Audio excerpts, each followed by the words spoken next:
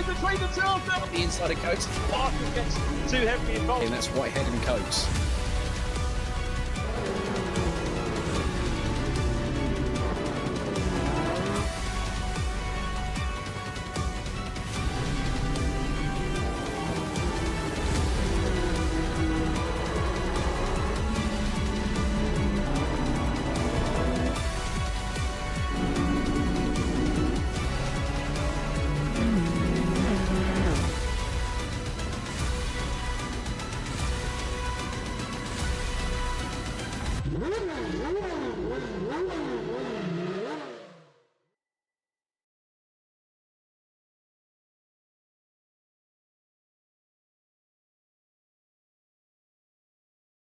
Seven rounds completed, only one more still to go, and this is where it all comes to a head. This is the night where we, provisionally at least, crown our champion for VRRC World Touring Cars. And what better place to do it than the typical scene of title deciders amongst the years, particularly in Formula One, the Suzuka circuit in Japan. It's the 8th event of the season, and tonight at least someone will walk away, we stress provisionally, with the crown. Who it's going to be will have to be up for debate as we get into qualifying and our pair of races tonight to sign off the season. Well, once again, good evening, everybody. Scott Woodwiss and Becky Aparicio once again to guide you through the action. Becky, I don't know where the time's gone. It's been 8 pretty quick weeks to go through from the start of the season when we began all the way back at Brands Hatch, now to Suzuka. We've had plenty of ups and downs and incredible racing along the way. Now it gets to a stage where all the talking stops. This is the crunch point. There's no more rounds after this. Someone has to walk away provisionally, we have to stress tonight, as the champion. And this is going to mean that tensions are going to be running pretty high all the way through qualifying and tonight's pair of races. Yeah, a bit of a bittersweet moment. Our time coming to an end on this series. It's been great. Some great racing going on, and I'm sure it's going to be more of the same tonight, if not a little more intensified with, like you say, it being the last round, the time to make a difference and get some well-needed points to get you on that final top 3 steps of the championship table at the end of it. We'll certainly get an idea, I'm sure, post-event as to exactly who's wrapped things up, but at least if it makes it pretty obvious when we look to the championship table shortly, it should give us an idea of if someone finishes ahead of who it should be. But Suzuka itself is typically one of the best circuits in the world, many people say. It's got plenty of corners, it's got plenty of turns, it's got lots of high-speed sections and ultimately iconic corners, which certainly are the scene of many iconic moments in motorsport throughout the years. And let's just reflect on where we've been. Of course, we've had a fantastic global calendar, hence the World Touring Car Championship moniker. And we started, of course, way back about 8 weeks ago at Brands Hatch on July the 16th. Then we went to Monza in Italy. We went to go to Surfers Paradise, but some issues with the circuit meant that we had to go to Long Beach instead, but it still produced 2 excellent encounters. Then we hit the halfway point in the season. We went to Portimao as well. Spa-Francorchamps was next. They didn't have a broadcast for that, so apologies for those who were expecting the Spa broadcast a few weeks ago. We did come back with a bang at Interlagos, and even more so at the Nürburgring with more explosive racing. And now we come to Japan and Suzuka, the Asian step on the calendar, and a perfect way to round out what's been an interesting championship. So how does it look coming into tonight's event? Well, this is the standings. Realistically, it's between 3 drivers: Jack Smith, Scott Bugner and Oliver Gibson. All are expected to be here tonight, and Jack has a 7-point advantage over Scott Bugner in the mix. You can see the 2 scores which are highlighted in red are his drop scores.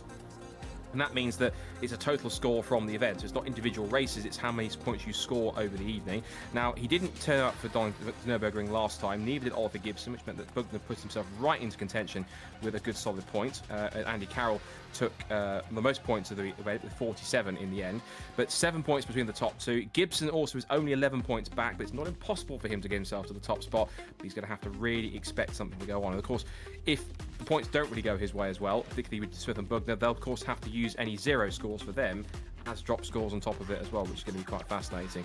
Outside the top three, Jay Warren 4th, Andy Carroll 5th, and Jamie Page, Thomas Potter, Chris Blakey, Kenny Press, and Rich Hayden popping into the top 10 as well. He's had a very up and down season throughout the year.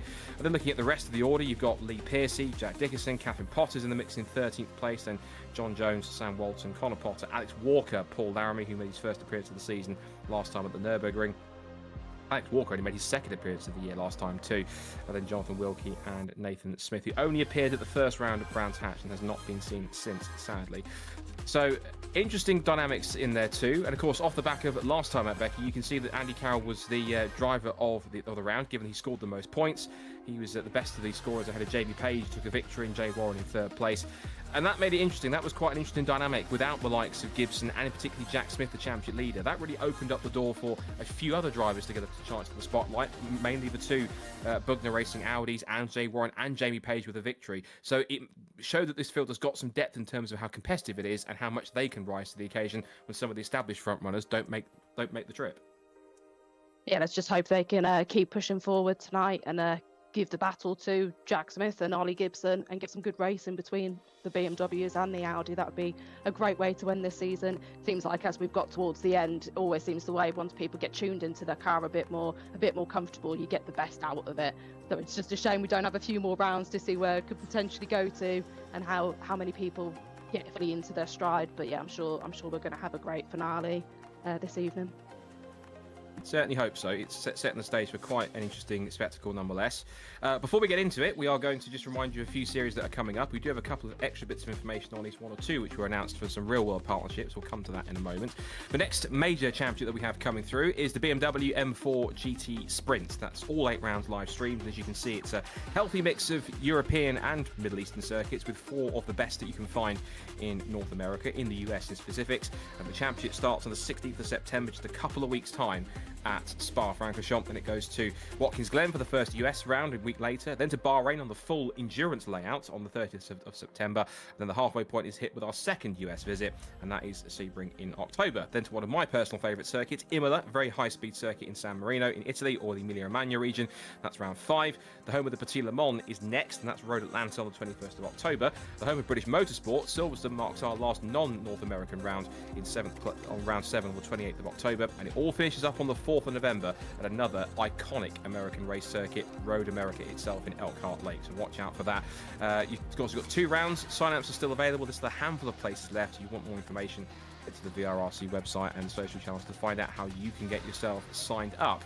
But that's not the only thing that we have coming in for this one, because coming soon, as you can see, we touched upon it a little bit, as Rich did, we do have an official E-Series coming up for the Student Motorsport Competition and the City Car Cup. And as you can see, they are using the Citroen C1. I think it's possibly a slightly adapted version of what was the C1 Endurance mod, so we'll be able to see that in action. If you've never seen City Car Cup before, well, do get in the mix as well. But actually, with a very, very small plug, they are racing this weekend at Cross. If you do get a chance to watch them, do get in touch, because the city cars certainly do put on quite a spectacle. They race in packs, they're exciting to view, and the esports series, which is in conjunction with Student Motorsport, which is run by John Paul Latham and everyone involved in that sense with the colleges and universities, that is going to be a real spectacle on top of that too. So be sure to get in touch with that. Of course, you'll be able to find out if you can get in touch and how you race. Be sure to watch out for details once that is in the mix. It's coming soon. More details will be available once they are a little bit clearer nearer at the time. That's not the only real world connection that we have, because we also have the Scottish Legends Car Championship, the official E-Series coming in too, and that's going to be pretty fun. Legends is never dull whenever you watch it, wherever you are around the world, whether it's going to be in the regular UK or just in Scotland, in Ireland, in the US, in Australia, wherever it might be around the world, even Italy they're having some European series. Legends is a very universally loved championship. They're fast, they're tiny, and they really put on one heck of a show. So if you want to get yourself involved in that too, be sure to get involved and head to the VRRC website for more details when it goes live, of when the Scottish Legends Car Championship official E-Series goes live for you to take part in. So lots of exciting projects coming up. What's more exciting as well right now is the season finale. And here it is then, Suzuka Circuit, home of the Japanese Grand Prix, one of the most iconic circuits in the world, it's fair to say. Lots of fast turns, sweeping turns such as the Degner curves, the S's, the fast left-hander at 130R, spoon curve, the triangle chicane. There's lots of great corners here which you can really pull off lots of overtakes, and it's a fast and flowing circuit that a lot of drivers really enjoy, Becky. This one should be, for the touring cars at least, a track that's going to really put these cars to the test, and also hopefully give us a fitting finale for what's been a very excellent championship. Yeah, normally highly rated by drivers, this track. It'll be interesting with, it's not always the easiest track to get an overtake done. There's only a couple of places really you can get round somebody, unless you're really brave or a little bit crazy. So we'll see if we get some of those moves, especially once we get the races underway. The first sections, the first sort of lot of corners is going to be probably a bit chaotic, but I'm sure we'll settle into it and hopefully come out all cleanly, and it'll be on for some good overtakes later on in the lap and keep it nice and clean. It is going to be quite interesting to see how that plays out in that sense. But we're going to take you a lap of the Suzuka circuit, talk you through it, and show you just what a unique challenge this place really is. As we mentioned, we've got the fast, high-speed sections, and even those first few S's, they always get a little bit tricky, and they're always each corner different from the other. So who better to take us around than the championship leader, Jack Smith? He can take us on a tour of the home of the Japanese Grand Prix, and let's see what Suzuka's like from his perspective in the BMW. So, onto the pit straight, up through the gears, and we're hitting top gear in 6th, down the pit straight. You hold it to the left-hand side to keep the racing line. This is the pit straight that goes slightly downhill as you approach towards the first curve. It's a double apex right-hander, and from here, you punch down at least one gear, a couple of gears, you throw the car in. The car, you see, moving around a lot underneath Jack as he tries to hold it, but out at the exit of 3rd gear. Now you come to the S's. Now, each of these corners is pretty much as different as the others you come through. It's narrow, but it's also very fast, and this is where mainly mechanical grip is going to be very, very key to keep an eye on as you sweep your way through. As you get to the middle part, you can see the crests and the elevation changes here as it goes up and then down and then back up again all the way through on the exit of the left-hander here. As you sweep uphill through Dunlop curve and then towards the double right-handers of the Degners. So you curve all the way around here. It's a very short straight to straighten yourself out, and quickly on the brakes, flick right over the curve for the first part as it leverages you through. Use all the curb as much as you can on the exit, but don't get too wide. You get pulled away onto the grass. Same with the exit here, the second Degner. Underneath the crossover, which we'll get through towards 130R and up towards the hairpin. It's 180 degrees. You punch it down to 2nd gear, full lock as you turn your way through, get on the power roughly around about halfway through and punch it back out the other side. Now you start to go through this very long right-hander here that takes you towards another key corner. Particularly, it's a very fast approach, another double apex turn. The legendary spoon curve, because if you watch it from the top, you can see it does look a little bit like a spoon. You brake right at the little bit of green AstroTurf on the right-hand side. They just run it wide on the first part, and again, just gently stroke it through for the second part. And this exit here is absolutely crucial because it sets you up for the long drag up the hill, past the support pits of the East Circuit on this car, on this course, and up towards the 130R. Now, if you're brave enough with a car that's got enough grip and downforce, you can take 130R flat. Let's see what Jack does here as he turns in. He goes through practically Harry Flatter's foot to the floor, so the touring car can take it. That's about almost 150 miles an hour on the approach. Then punch it down through that box and through the chicane, through the right, through the left, through the Casio triangle for the final time. Go past the big Ferris wheel on the left-hand side, curve it round to the line, and on a hot lap, you pull it right to the inside of the circuit, get the shortest possible run, and that is a lap of Suzuka International Circuit. The target time everyone's going to have to try and beat as a reference, 2 minutes 5.43 here in Japan. That is what everyone's going to chase as we go into the final qualifying session of the season and see if anyone can match that or even beat it.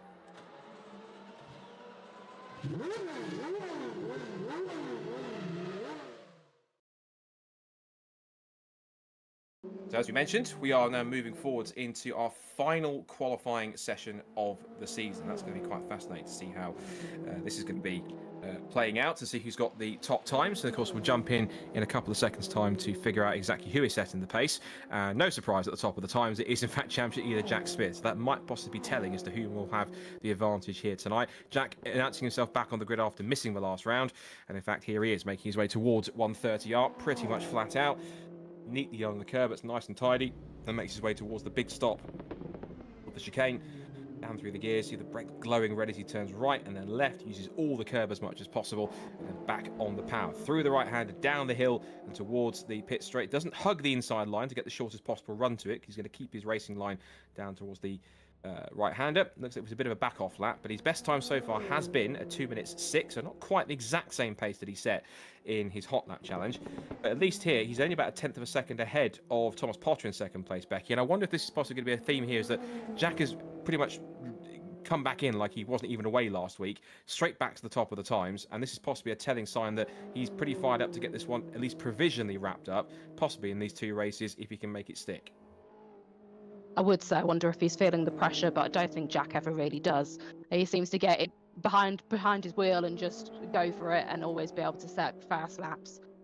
So yeah, I don't think the time out last week is really playing on his mind too much. He's just, like you say, coming back as he's never been away, getting the job done, setting the fastest lap at the moment, and still time to find, as we saw obviously from hot laps. So probably just gradually warming into it and looking to get another pole position for the season finale.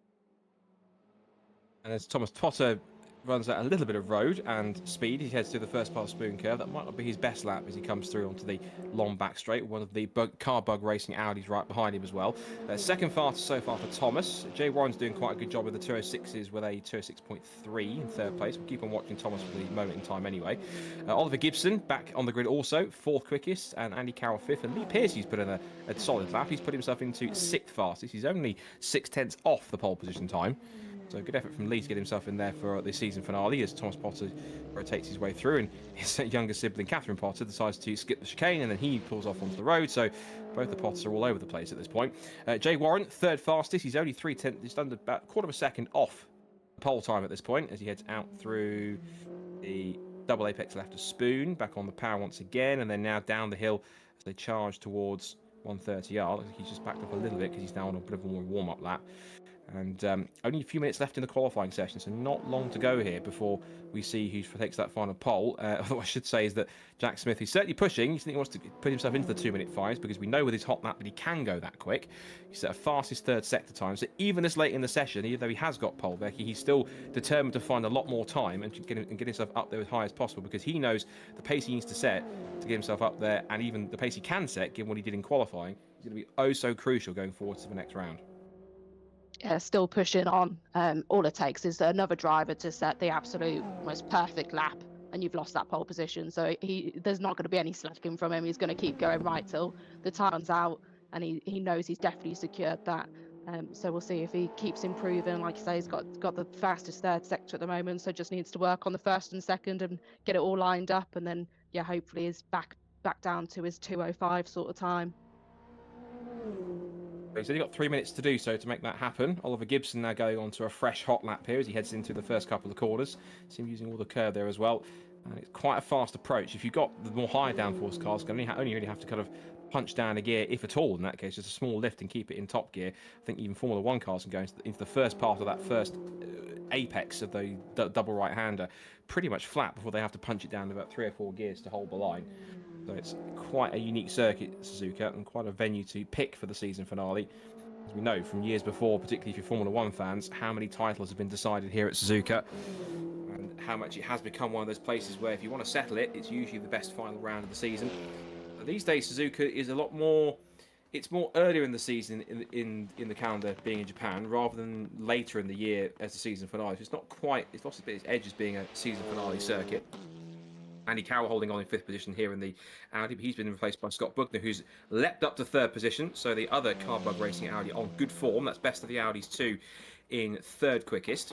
So Jay will put himself on the 2nd row of the grid now, alongside currently Jay Warren, with just under 2 minutes to go. And I think that's quite telling as well, Becky, the fact that the Audis are still getting in the mix, because we always talk about the dynamics between how different is the Audi going to be to the BMW or vice versa, which circuits are going to favour one or the other. This is a circuit where you've got these longer corners where essentially the BMW is going to be quite handy, but there's also lots of apexes where the car has to be pitched in, so it kind of helps a bit the turning from the Audi. So this again looks like it's going to be a circuit where both of these cars seem pretty evenly matched, and the fact that Scott's only about 2/10 off, well he was 2/10 off, but Thomas Potter's gone back to, well Jay Warren's gone to 2nd, he's just gone ahead of Thomas Potter with a change of time. The fact that the Audis are still up there in 4th and 6th means that in the right hands, the Audis are just as quick as these BMWs, and it seems to be pretty even in terms of pace between the pair. And the corners are all quite mixed up as well. You come out of obviously the fastest corner, 130R, into tight hairpins. So yeah, you're going to have probably the Beamers benefiting from that power sort of corner, somewhat straight, kind of keep your foot in it, to then slam on the brakes to try to get your nose in to get round the hairpin, as we've got Thomas Potter setting the fastest 1st sector, so he's he's on a flyer of a lap, trying to at least get back up to maybe even pole position. And yeah, fastest sector's coming in everywhere as Ollie Gibson sets the fastest third sector as well. So yeah, definitely still a lot left to decide in this in the last less than 30 seconds now. Yeah, Thomas Potts also at the fastest first sector, as you can see as well. So Thomas is certainly pushing, but this was a problem corner when he came into it a couple of laps ago. This time he seems much better, much tidier through that section, as you said as well correctly. Oliver Gibson with the fastest third sector. And you can see just how close it really is. There is literally a tenth of a second between the first four cars. That's how close it's going to be at the moment. And that is all of them BMWs. It's Smith, Warren, Gibson, Potter covered by literally about 900ths of a second in that sense. Potter's lost time in the middle sector, so he's not going to have too much time, but he'd have to try and make it up if he can in the final sector. We're looking at Jack Smith here, who is trying to push on. Don't have his data up on the screen, but Jack is making his way into the final chicane. He does have pole position, but he's only ahead by about half a tenth. It's going to be quite key to see if he can make this a good lap, or at least bail it and go into the pit lane, which he does. I think he's done just about enough. I think that Thomas will come across the line, and he didn't improve his time. He got close to his best time with a personal best final sector, but it was that middle sector that killed him a little too much, and that's what killed his momentum. Jay Warren's going to go for a final run towards the line, although I haven't seen any green sectors or purple sectors from him showing up on the screen. So Jay comes across the line. Any improvement at all? Yes, it is. 2 minutes 5.871. So even though the data wasn't on the screen, Jay Warren has stolen pole position literally at the death of the session in overtime. Jay Warren will go to the front of the grid and will try and get a victory if he can. Gibson now is working his way now through the final couple of the corners, through the chicane. What can he do from currently third fastest? And the answer is nothing, because he darts into the pit lane. So, last minute then, right at the death, Jay Warren denies Jack Smith, who's in the lead of the championship, the chance to try and go towards the title from pole. Andy Carroll's still on a lap as well and back in P6, but Jay Warren, a last-minute effort to get himself the fastest time, and that means he's going to have quite an interesting run down towards the first corner with the championship leader right alongside him in the mix as well. So Jay Warren fastest then, and it was by just about 0.2 of a second actually. He's the only man going sub 2 minutes 6, doing something that only Jack Smith could do in his hot lap video. Then it's Smith second, Gibson third, Potter fourth, and Bugner fifth in the top 5. Andy Carroll sixth, Lee Pearcey seventh, then Paul Laramie's up to 8th as he returns. Ninth is Rich Hayden, and 10th is Jack Dickerson. Then it's John Jones, Catherine Potter, Connor Potter, Jamie Page. Jamie Page standing 14th after he won last time out at Nürburgring, and Kenny Press also with a disappointing time. He can't better than 15th and towards the back of the grid.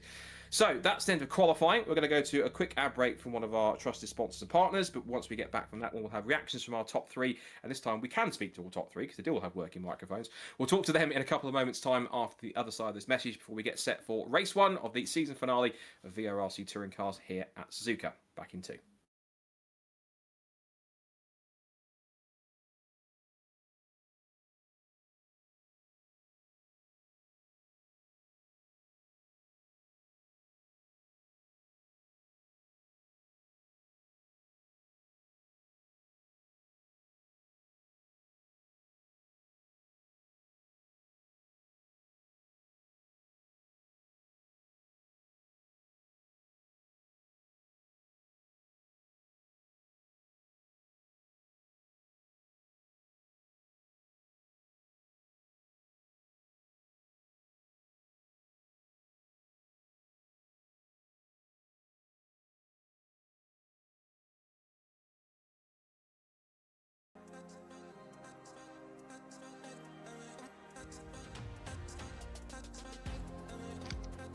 Alrighty, we've got our top 3 from our final qualifying session of the season for VRRC Touring Cars here at Suzuka. And again, thankfully, they have all got microphones this time, so we can talk to all of them. We'll do it in reverse spin as well. First of all, in third place, coming back after he missed the Nürburgring last time out, was Oliver Gibson, so we'll bring him as well to have a chat. Oliver, good lap. I think you were saying just before that you were hoping for a maximum of third was all you could manage. You got third place, so that's a solid effort. Are you satisfied with that, or do you think there could have been a bit more time out of the BMW from that lap? There's not much more from that, I think. By maximum P3, I mean like maximum P3. I was expecting like 5th or 6th, so a couple places up, further up the grid's very much what I like to see. So it's put me in a good spot. Just got Thomas behind me, who I think is quicker than me. Just like consistently, I think he's going to be faster this race, so it's going to be tricky to keep him behind, but I'm hoping the way Suzuka is going to be quite difficult to overtake, but we'll see. But yeah, quali went really well. Managed to get that lap in, sort of penultimate lap. So towards the end of quali, the pressure was on, and managed to just get it round the track in one piece and top 3. It's a valuable top 3, given the fact that you've now going forwards now into the season finale today as well. Obviously, you're kind of third of a championship coming into this one, so you've got the toughest task of the 3. Starting the second round of the grid is obviously not a bad thing, of course, but now going forward to these 2 races, what is the approach? Obviously, you've got some ground to make up in terms of points. Drop scores also make play a factor in that as well.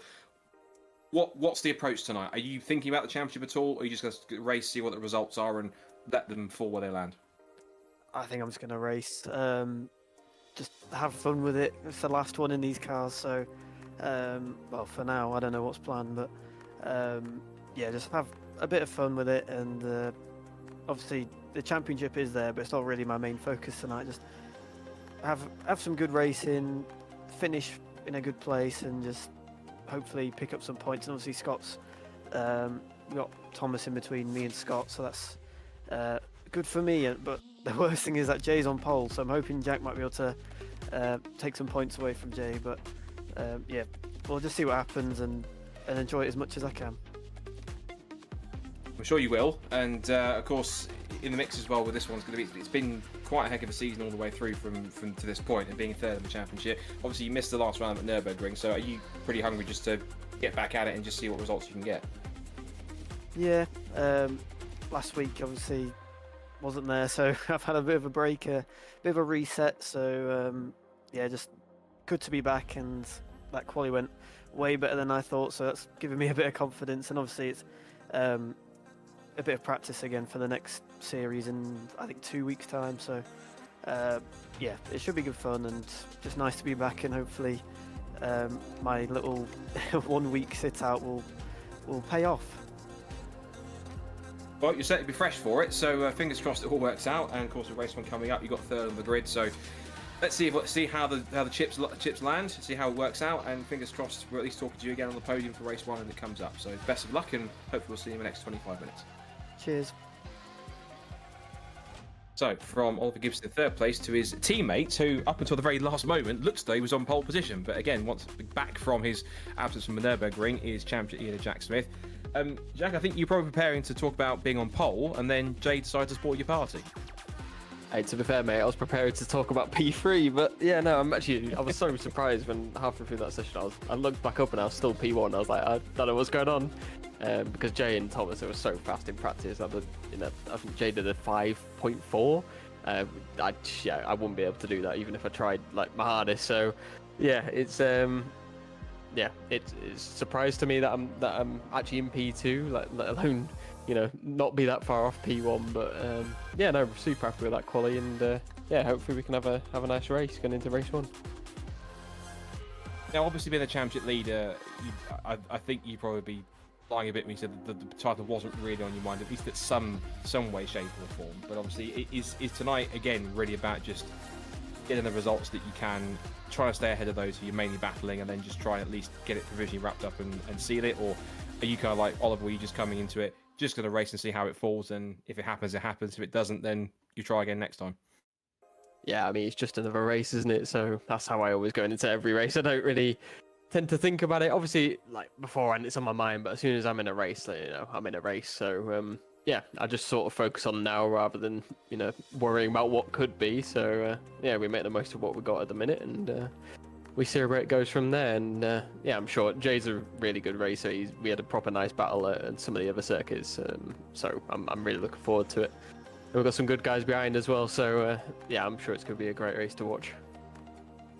Of course, just quickly looking back at the season before we get you going as well. I mean, obviously you've had some great form, you've had some ups and downs, but I think the key thing what's been interesting is that, unlike with the GT series where you really were the dominant force in that one, you've had a lot of different challenges in the rounds that you have done all the way through, and they've kept you honest. There's been some races where you have pulled out a few seconds, but others where they've kept you quite honest and had to make you work for it. So you find this has been one of the most competitive championships that you've done so far in VRRC, or would you say it's up there as one of the ones that really had to test you a little bit more? Yeah, I'd say so. It's been yeah, it's been a it's been a nice championship to race in for sure. It's just, you know, every single round has had something different. They're like the car almost feels like different every single round. So it's like especially here where it's such a different track to all the other ones, and the car just it feels entirely alien because, you know, you're not just racing on UK tracks, you're not just racing like in US tracks or anything, you know, just even doing street circuits, you're like all over the place. So the car is you sort of have to adapt every round, and I think everyone else does as well, and people pick up faster than others. So yeah, it's been a really good championship, I think, and it's been really fun to race in, and hopefully we have a lot more like this in the future because I've really enjoyed having the pressure on my back. So it's been really cool. A champion leader that likes pressure. I don't think I've ever heard that before. That's extraordinary. Weird, Well, just as with each other, I think, so it's all good. That's fine. I think it's going to be quite an interesting night to watch you race as well from the front row of the grid. Obviously, it's going to be quite a drag race down to turn 1. So all I can say is best of luck. Hopefully the chips fall where they want you to, and we can at least provisionally put you as champion if it all works out that way. But you've still got the first 2 races to get through. So fingers crossed it works out, and we'll see you hopefully in 25 minutes if you get yourself in the top 3. Yeah, cheers, Scott. Nice to speak to you again. Likewise. And Jackson goes on to prepare. Now to have a chat to our pole sitter, Jay Warren, who, say, Jay, you left that one late is a bit of an understatement. You literally did it in overtime with your last lap of the session to go sub 1 minute 6. The only person that did that. Quite extraordinary lap, and I'm pretty sure it might have even surprised you where that came from. Yeah, well, practice was very strong all week, so I was looking for a good qualifying, hoping for a good qualifying. But then I spun on my first flying lap, which definitely dented my confidence. Took me a little while to build up back from that, but I'm very happy to get that last lap. Now this puts you on pole and kind of also a little bit in the mix of the rest of the contenders in the championship, of course, and you're up there sort of in the top 4 in that sense. So what's the approach tonight? Obviously, pole is obviously a big thing to have, and obviously you'll have the inside line down towards turn 1 and trying to beat Jack off the line and beat him down towards the first corner. What is going to be your approach tonight in terms of how you go to these 2 races? Again, is it just another one of grab as many points as you can? If you can finish ahead of a championship contender or 2, it might help you out in the standings later, or just simply just go out there and race and just see what happens? Yeah, just see what happens. I mean, obviously my first pole, so I'm going to look to have a good result in this race, but we'll see what happens. Obviously, I'm not really looking at the championship. I'm quite a long way, but I'm a bit behind the front 3, so it's just kind of see what I can do. Well, fingers crossed for you that it all works out, and again, hopefully you can turn it into a victory on top of that as well. So we'll let you get set up. So fingers crossed, and again, like the other 2, hopefully we'll see you in about 25 minutes time when you're talking about being on the podium, whichever step that might be. So best of luck, and hopefully we'll see you later. Cheers, thanks. Oh, there's our top 3 from qualifying complete. We're now getting set for race 1 then, our penultimate race of the season, our season finale, our final round of the championship. Still about a minute and a half to go. And there is the lineup. Jay Warren in Malaysia towards blue and white BMW, and then in black and, let's say black and gold, is the championship leader Jack Smith. Then the other 2 BMWs of Oliver Gibson and Thomas Potter. Best of the Audis, you've got the 2 Carbug racing cars in the mix in 5th and 6th. This is building nicely, Becky, of course. The fact we've got just all the front-running contenders in the mix there too in the top 6, which means this is going to be quite a feisty opening couple of laps. Are we hoping for a race that is action-packed all the way through, or do you think it's going to be one of those where they'll tussle for a couple of laps, sort themselves out, and then it might start to spread out a little bit as the race goes on? How do you see this one breaking out as we've got about 45 seconds to go? Oh, difficult one. I suppose it all depends where everybody is after the first couple of laps. If Jack has dropped back for whatever reason, he's obviously be desperate to be pushing a bit forward and making up any lost places. And yeah, it just depends how people want to end the season. If people just want to end on a high and get the best result possible, so maybe throw a few spanners into the works and think, actually, I don't really care about your championship that's going on. I want to win this race. It's the last one. Well, second last one. We've obviously got the reverse grid coming up later. So yeah, it all depends. It could go either way. I reckon it could be a little bit chaotic. Like we say, always when it gets to the end of a race, you get that little bit of desperation as the lights are coming on. So I'll hand back to you, Scott. Right, we'll see what happens then. The season finale is about to get underway. Race 1 at Suzuka is go. Lights out. It's a pretty clean start for the first few rows, but a good jump from the 4th row of the grid. Both from Paul Laramie and Lee Pearcey. They're already getting past a poor starting Rich Andy Carroll. They head in towards first curve for the first time. And it is going to be Warren who leads it from Smith in 2nd place. It's then into 3rd place has gone Gibson. 4th is Potter and Bugden in 5th. So the top 5 from grid stay in grid order as they head the way through the S's for the first time. They're all single file at this point. There's no real chance for anyone to get a move into the first couple of corners. This is how I'd expect it to be. Rich Hayden's running on his toes. I thought it was Rich Hayden's, actually Paul Laramie. So Rich is in a similar liveried car in the mix. They come out through the exit of the S's, through Dunlop curve as they continue to climb up the hill back through towards the Degner curves. Already, Warren is trying to pull away by about 0.4 of a second, leaving the 3 BMWs behind to scrap amongst themselves. But it is a 4-way BMW stack up out through the Degner curves for the first time. Clean, even start from everyone so far. No troubles, touched wood, through the field as they come up towards the hairpin. And Warren's had a very initial, about a half a car length on the field. As we see here, there's Potter not standing on ceremony. Up the inside he goes with Gibson into the hairpin. Gibson stands his ground on the outside and gets better traction, and that was pretty ambitious from Thomas. And it's not the first time we've seen him be quite aggressive and ambitious on the first lap, and sometimes it pays off, sometimes it doesn't. Well, it didn't quite pay off there. At least he kept it on the straight and narrow and kept it in the field, although he is now under pressure from Bugler going towards the spoon curve, so maybe his attack might turn to the fence pretty quickly in the matter of moments.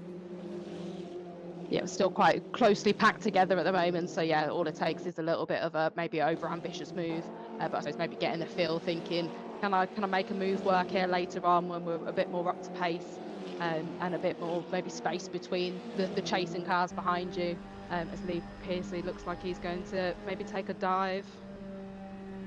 No, keeping it. Oh, well, managed to get that position anyway. It was the Andy Carroll going a little bit wide. Come through the chicane now. Yeah, a bit wider the last couple of corners. He's now sandwiched between the two racing for dementia BMWs with Pearcey in front and Hayden behind. Up to the end of lap 1, Warren leads it by only 0.3 of a second, and you can see that it's that classic move.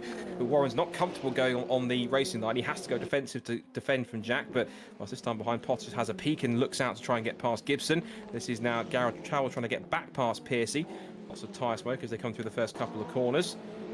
And still the second best of the Audis trying to get past the first of those two racing for dementia cars, the leading racing for dementia liveried cars in the field. It's the yellow one of Pearcey, the one with the red trim is Rich Hayden, the man behind VRRC. And out through the middle of the S as they go, and this is where you get to see any, if at all, inherent differences between the front-wheel drive of the Audi and the rear-wheel drive of the BMW through these long, winding curves of the S's here at Suzuka. Out of Dunlop curve, and now on over the crest and back down again for the Degners. Where the scrap's going to be in the midfield, it looks like, for this point in time. And Jamie Page has moved up a couple of spots as well. He is now into 10th position. He started way back in 14th as Andy Carroll runs wide, and not only he loses the chance to repass Lee Pearcey, but now gets overhauled by Rich Hayden in the process as well. So both of them are going to be quite close in that sense as they come out of the hairpin for the second time. Now, whilst that in front, it looks like it's Warren and Smith who are trying to pull away and create a gap. Gibson's still about 3/4 of a second back in 3rd place with Foster on his tail, and then Bugner holding station in 5th of another 6/10 or so back. Through the second part of Spoon Curve and back onto the power once again, and now this run down the hill and then back up the hill towards 130R. And I think initially you can see here, Becky, that Jack is I'm about to say bide his time, and he's probably going to prove me wrong in a minute by trying to make a move into the chicane, getting quite close, but he's tailing Jay quite closely, so he sees that Jay's on his pace. Jay wants to try and grab a victory if he can, as Jack, of course, wants to take one step closer towards getting the title. The funny thing is, a lot of the title contenders tonight are not really kind of that fussed about what happens with the championship in many ways. They're just going to treat it as any other race, not put too much pressure on themselves, and they just see what happens, what results they get, and how the chips land. And that's probably the best way to look at it, rather than thinking constantly about the championship on your mind when you're racing. Just relax into it, let the race fall as it is, and worry about the connotations to the points later on. Yeah, I don't know if that's a bit of playing it cool and acting like you're not too fussed, but yeah, I suppose it is the best way. Just go out and enjoy yourself, make the most out of the last couple of races we've got here for the series. Yeah, it's always, and I suppose as well, Joe Warren's saying he's not really a contender at the moment for any sort of championship top 3. So I suppose if Jack's thinking, well, as long as he stays ahead of me and nobody else gets past me, he's still on for good points and a good a good run up to getting and securing that win for the championship. So I think it may have been a bit different if there were some other drivers ahead of him, and maybe put that pressure on a bit more. So I suppose he'll be quite happy as long as they stay behind him. He can secure the win. And the key thing is also that he's ahead of both his main championship rivals, Gibson and also Bugner in the mix too. So that's going to be quite telling if he can finish ahead of him, and that will certainly put him in a good position. Of course, he wants to take a race victory. Of course, anyone does in this situation. But as I said before, it's the races that you don't win that can win you the championship. If you can't get yourself into the top step of the podium, finish as high as you can and take the points from it, because that's going to be quite key, particularly especially if you have rounds where other rivals either have a really absolute shocker, they fall right down outside the points, or even DNF. If you can still bag some points in that one, it's not going to be the end of the world. As now Warren's a little wide on the exit, the second part of Spoon Curve, and that might be the opportunity that Smith needs as he gets right underneath the rear wing of the BMW in front. Gibson's now in third place with Potter on his tail, but I sense that Jack Smith sees blood in the water. He knows an opportunity. He's thinking about 130R around the outside. That's surely not possible, but he's looking for the up and under if he's going to force Warren to run out wide on the exit, which he tries. That puts him on the outside for the first part of the chicane. Breaks that a little bit later, tries to go down around the outside if he can. He's going for it, holds the racing line, turns into a left-hander, and that's why he's the championship leader. Jack Smith with an excellent pass, but he's set up on the exit of 130R into the chicane, and he takes the lead after the first, 5-6 minutes or so, but Warren is right back at him, and Gibson's in the mix here too as well. Warren looking down the outside line towards turn 1 to try and reclaim the lead. If there's anything you can do, I can try and do it better down towards the first curve, and I think he's done it. Around the outside, he's still there. I thought for a second he made the move stick, but he backs out of it as he tries to go through. Gibson now has the inside line on the exit of the first curve, so they come towards the S's once again, and now you can see both Potter and Bugner stack themselves up here. It is now 5 alive for the lead and the podium places, Becky, and I think even with 30 minutes to go, there is absolutely no telling how any of them are going to shape up, with plenty of time still left in this race. Some very sensible racing there, just knowing, okay, I might not make this stick, so back off a little bit. Some great overtakes, some kind of back and forth. And it can just end so quickly. If you tap somebody in that wrong place, you could both be out, and then it ruins both of your races. So it's great to see actually people being sensible and thinking, no, actually we'll hang back a bit and go again, like Jay Warren. Oh no, that's Ollie Gibson coming up on the back of Jay Warren. Down the inside here, you can see Gibson trying to make this move stick on the outside line to make the move, and Warren just gives him enough room. Potter tries to make it 3 abreast on the inside of the exit of the corner. There's no work to do there. Now he finds himself boxed in with his roadblock because he's got Gibson to his right, Warren to his left as they come through this long right-hander all the way back towards Spoon Curve. This is now Potter's view. He gets a grandstand seat to watch this battle between second place. And the harder these two fight each other, the easier it's going to be for the man in front, in the lead of the championship, and now in the lead of the race, Jack Smith, to start to pull away further and extend that gap. And once he gets out in front, Jack, he's very, very hard to catch. He's got a 1 second advantage, and I'm certain with the clear air, he's going to try and keep on extending that as much as he can. Bugner holding station in 5th behind. Quick checking with the rest of the top 10. Paul Laramie's up to 6th. That's an impressive stuff for Paul to get himself in there too. We've got 7th place for Carroll, 8th for Jamie Page, who's again moving up through the top 10 after he started back in 14th. Then Kenny Press, who was the back of the grid in 15th, up to 9th in the Audi. John Jones currently holds the top 10 spot. See here, that's Thomas Potter just trying to get on the Power X in the Casio Triangle, and it's now put Bugner onto his rear bumper. New fastest lap of the race goes to Gibson. Now he's got clear air as Bugner looks to the outside line. Now you can pass down the outside at turn 1 if you're confident enough to do so. Potter holds the racing line, keeps the position, and Bugner stays back, still at the top of the Audis. Out of the first couple of corners we go, back into the S's, and I wonder here now, Becky, now that Jack has got that clear air in front of him, he's going to start to try and pull away. He's already got another 2 tenths in the first few corners alone of this lap as we approach the half distance mark. And I wonder here, I think, that Jack is going to try and take full advantage of that clear air whilst the rest of the pack behind is squabbling for position through these S-bends right behind him. Yeah, leave his brother behind to battle that pack and set off into the distance. That sounds like a good strategy plan, that. But yeah, as you say, he's already gaining a bit of time, creating a nice little gap so he can sit back, get into the flow of it, not have to worry too much about people going for a dive on him. So yeah, hopefully he can keep going forward, see if we get any more battles going on, because this pack's still very close together, and we've got Scott in the Audi as well, potentially coming in to cause a problem for these front beamers.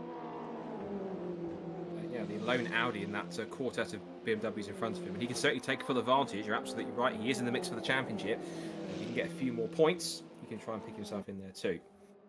So through Spoon Curve go the leading quintet all together. I think Warren's going to try and come back at Gibson here if he can get a good line through the second part of Spoon Curve. And the gap has come, it was 1.2, it's come down to 0.9. So Gibson now not letting his teammate get away that easy.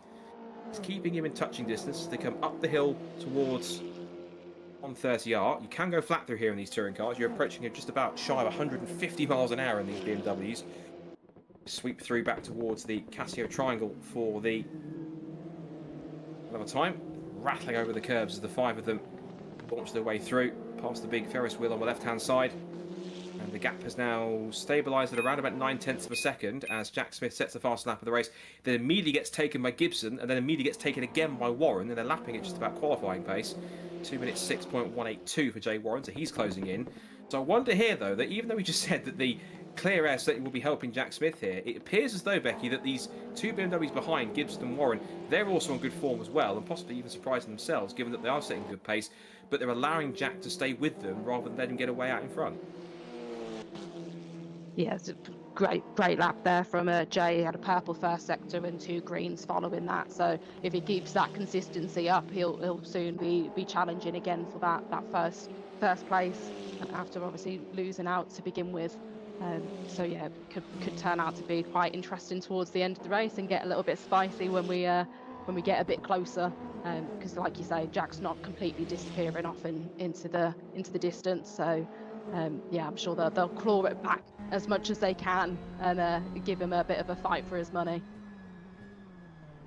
Still time to do it. There's still just under 8.5 minutes left to go as we go on board with Jay Warren, get his driver's view, watching the back of Oliver Gibson's car in second place and just peeking in his mirrors to see that Thomas Potter is holding station. And Thomas is having a bit more of a controlled race here so far, unless I'm about to curse it, but he hasn't really done anything too Thomas-like in that sense. He usually goes for a dive somewhere or just really pushes as hard as he can to make a move, and then it comes from quite far back. Not in a bad way, he's quite an ambitious driver and likes to try and make moves where he can. He's still obviously quite young as well on top of that too. He's learning his racecraft as he goes with every single race. But Thomas's race being a little more reserved than we've normally seen him to do, which is good. It shows that he's maturing a bit more as a driver. Not that he wasn't before, I'll stress that too. But down towards the left hand at 130R they come. He's going to keep a watching brief here as now Gibson and Warren go through pretty much as they should be. Speed-wise, 215 k's through the apex of 130R. You can just see in the window, the rear window, or the rear mirror, but Potter just closed in a little more under braking, and again they just hug that inside line initially to get the shorter run across the line to get a quicker lap, and then they'll sweep across to the left hand side and just gradually move their way through until we get to the right hander. Top 4 all in a line together. Still a second gap between leader Smith and second place Gibson, so no change there. And now you see Potter's closing in on Warren to put the pressure on him. Warren was the one that was pressuring Gibson. Now he's under threat from the car behind. And pretty even so far. So it does appear as though these early this point of the race here, Becky, that Jack's not being allowed to get away. Gibson's got enough pace to at least keep him within that kind of 1 second range, 1.1 second range. It's probably forcing Jack to drive a little bit harder, which means that Gibson's kind of in a way controlling the pace a tiny bit more than really Jack is out in front, because he's managing to match him and keep him honest and also try and push him a little bit harder. Yeah, it's nothing like a bit of sibling rivalry between the pair of them. So I'm sure, yeah, Ollie will keep him honest, make sure he's pushing right to the end for that. And like you say, it's Thomas closing in as well. But I think everybody has drove quite sensibly, with a lot of drivers saying it's not the easiest track to overtake on. So you've got to pick your moments. You can't just go for a dive. And again, with it being so detrimental to the end result of the championship, you don't want to do anything that's going to cost you a bunch of points that's going to drop you even out of the top 5 or top 10. You want to obviously finish on a high. So yeah, no sort of real sort of massive lunges as Thomas Potter goes a little bit wide there, but he's still on the back of Jay Warren, so I'm sure he'll be lining up a couple of moves in the next few laps with 5.5 minutes left to go. There's not mass amounts of time left to go, so if you're wanting to get any position, you've got to start making your moves now with only probably a few laps left.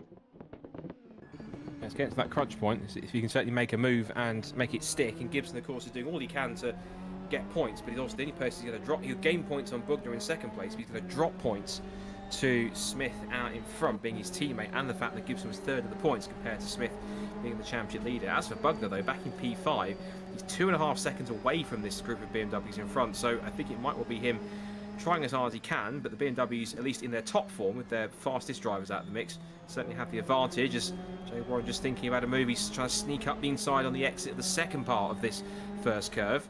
Back into the S's, where passing it doesn't really happen here. It's a narrow enough section to go through, which means that precision and smoothness through here is absolutely key to hold the racing line. See Post there looming around in 4th place. Warren's trying to find an opportunity, just trying to, again, force Warren to get a little bit distracted. He kind of he almost looked like he was thinking about a move into Dunlop curve as they climbed uphill, but it didn't quite work. So again, watching back through the Degner curves, they're going to see the Culverson just jink to what we driver's right over the curb, use it all on the exit, and again, just be careful to brake on that curb because you can get the car a little bit loose. Over 4 minutes to go, and I think the fact that Gibson is pushing hard, but I think the combination of him looking backwards to try and prevent Warren from getting an opportunity, and also on top of that, just trying to drive his own line, is allowing Smith to get away and got the gap out too, as I mentioned, 1.8 seconds. It seems as though that Gibson's more preoccupied, Becky, with defending the cars behind him than Jack Smith is trying to get Jack Smith out in front. That's not to say he's not trying to catch him, but his attention seems to be a little more elsewhere at this point in time, with just over 3.5 minutes to go. Yeah, Jay Warren's definitely looming large in the rear view mirror for Gibson. So yeah, it's definitely probably a bit more distracted with keeping him at bay, and then obviously the threat of Thomas then picking up any if there's any sort of mistake made by either of them.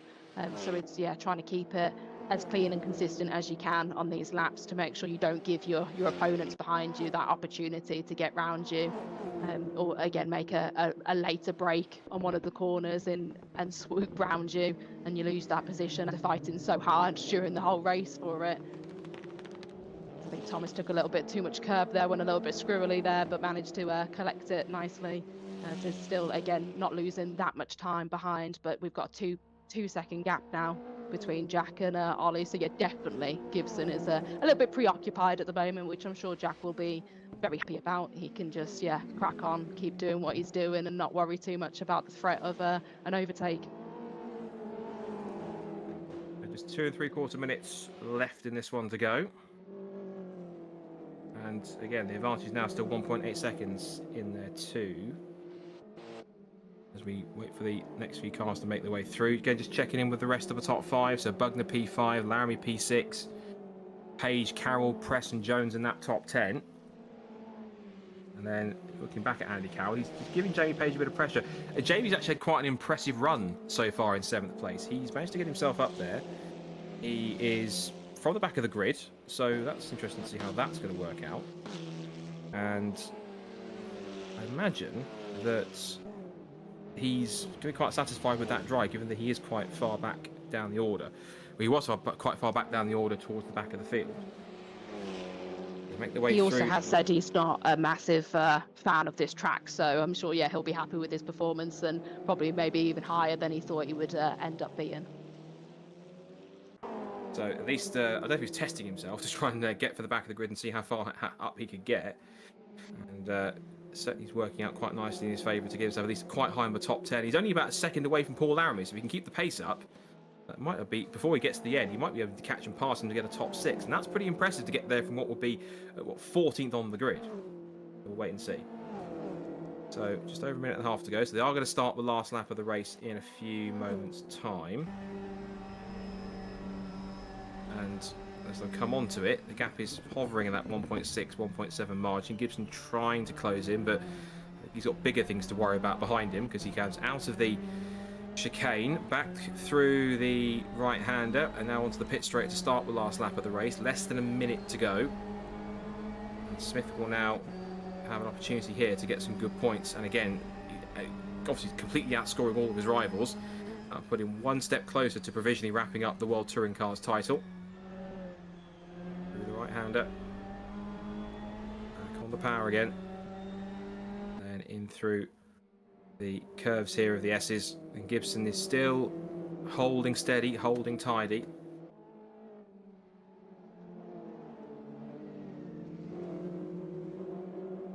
And just see what, if Warren's going to make any kind of attack here. Out through the left-hander, over the crest, and back now through the Degner curves.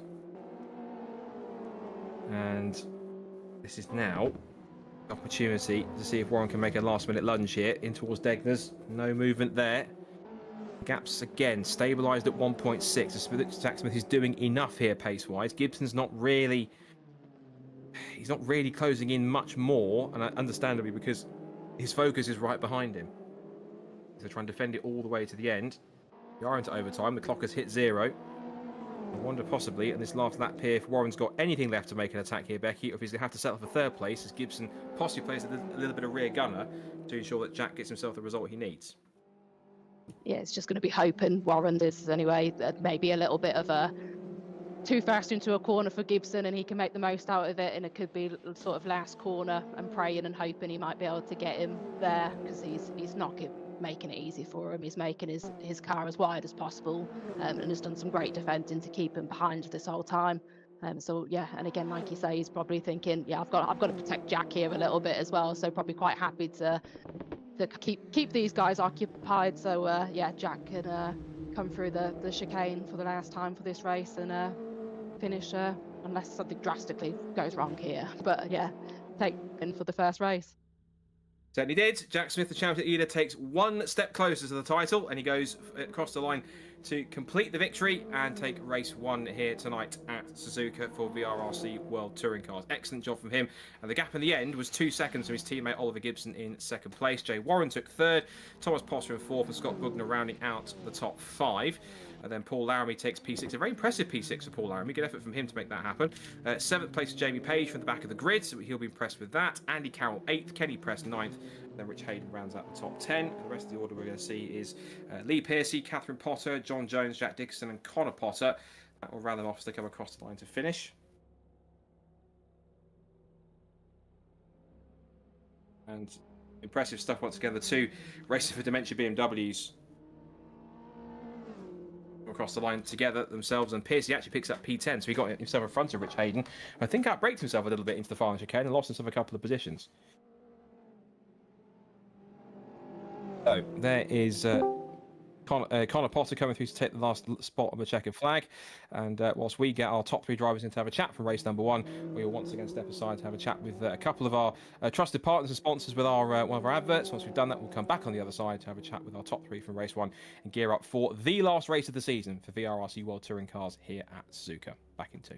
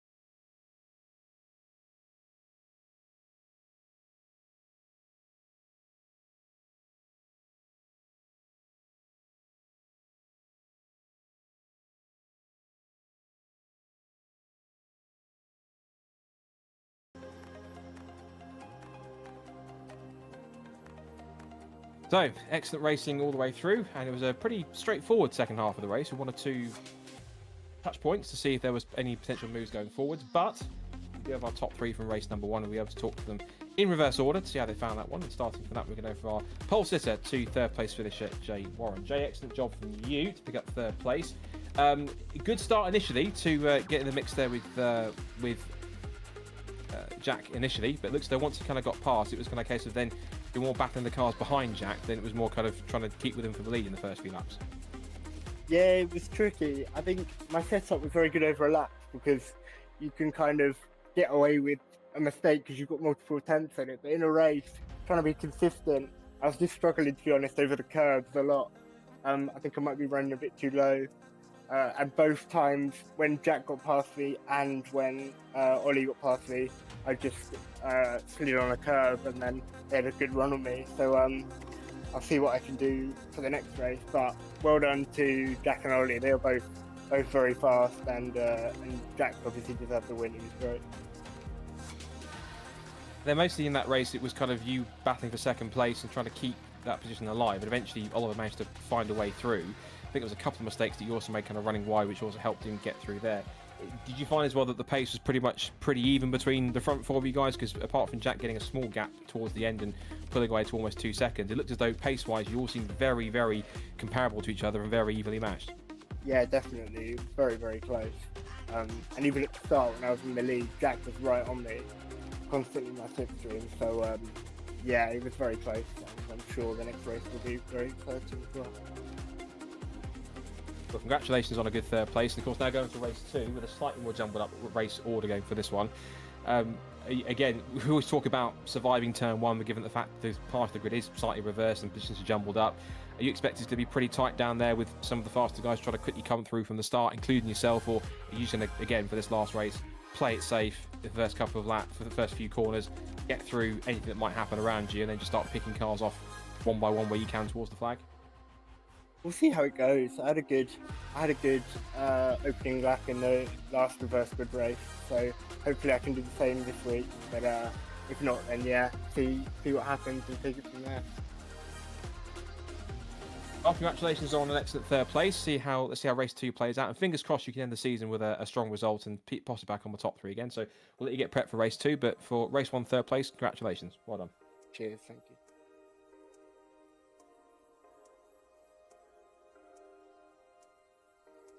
So from third place, we now move on to second place man, the man who started in third, moved up 1 spot and kept in, and tried to keep pace with the championship leader out in front as well. That's Oliver Gibson. Well, Oliver, you said that third place was the best you were kind of hoping for. Second place was an excellent result, and at one point you were kind of even trying to pull Jack back towards you. So I think for a result, at least in terms of where you could possibly stand in the championship, you also has Scott as well, which got you big points there. So that was actually probably, aside from winning, the best result that you could have achieved there. Yeah, that's about right.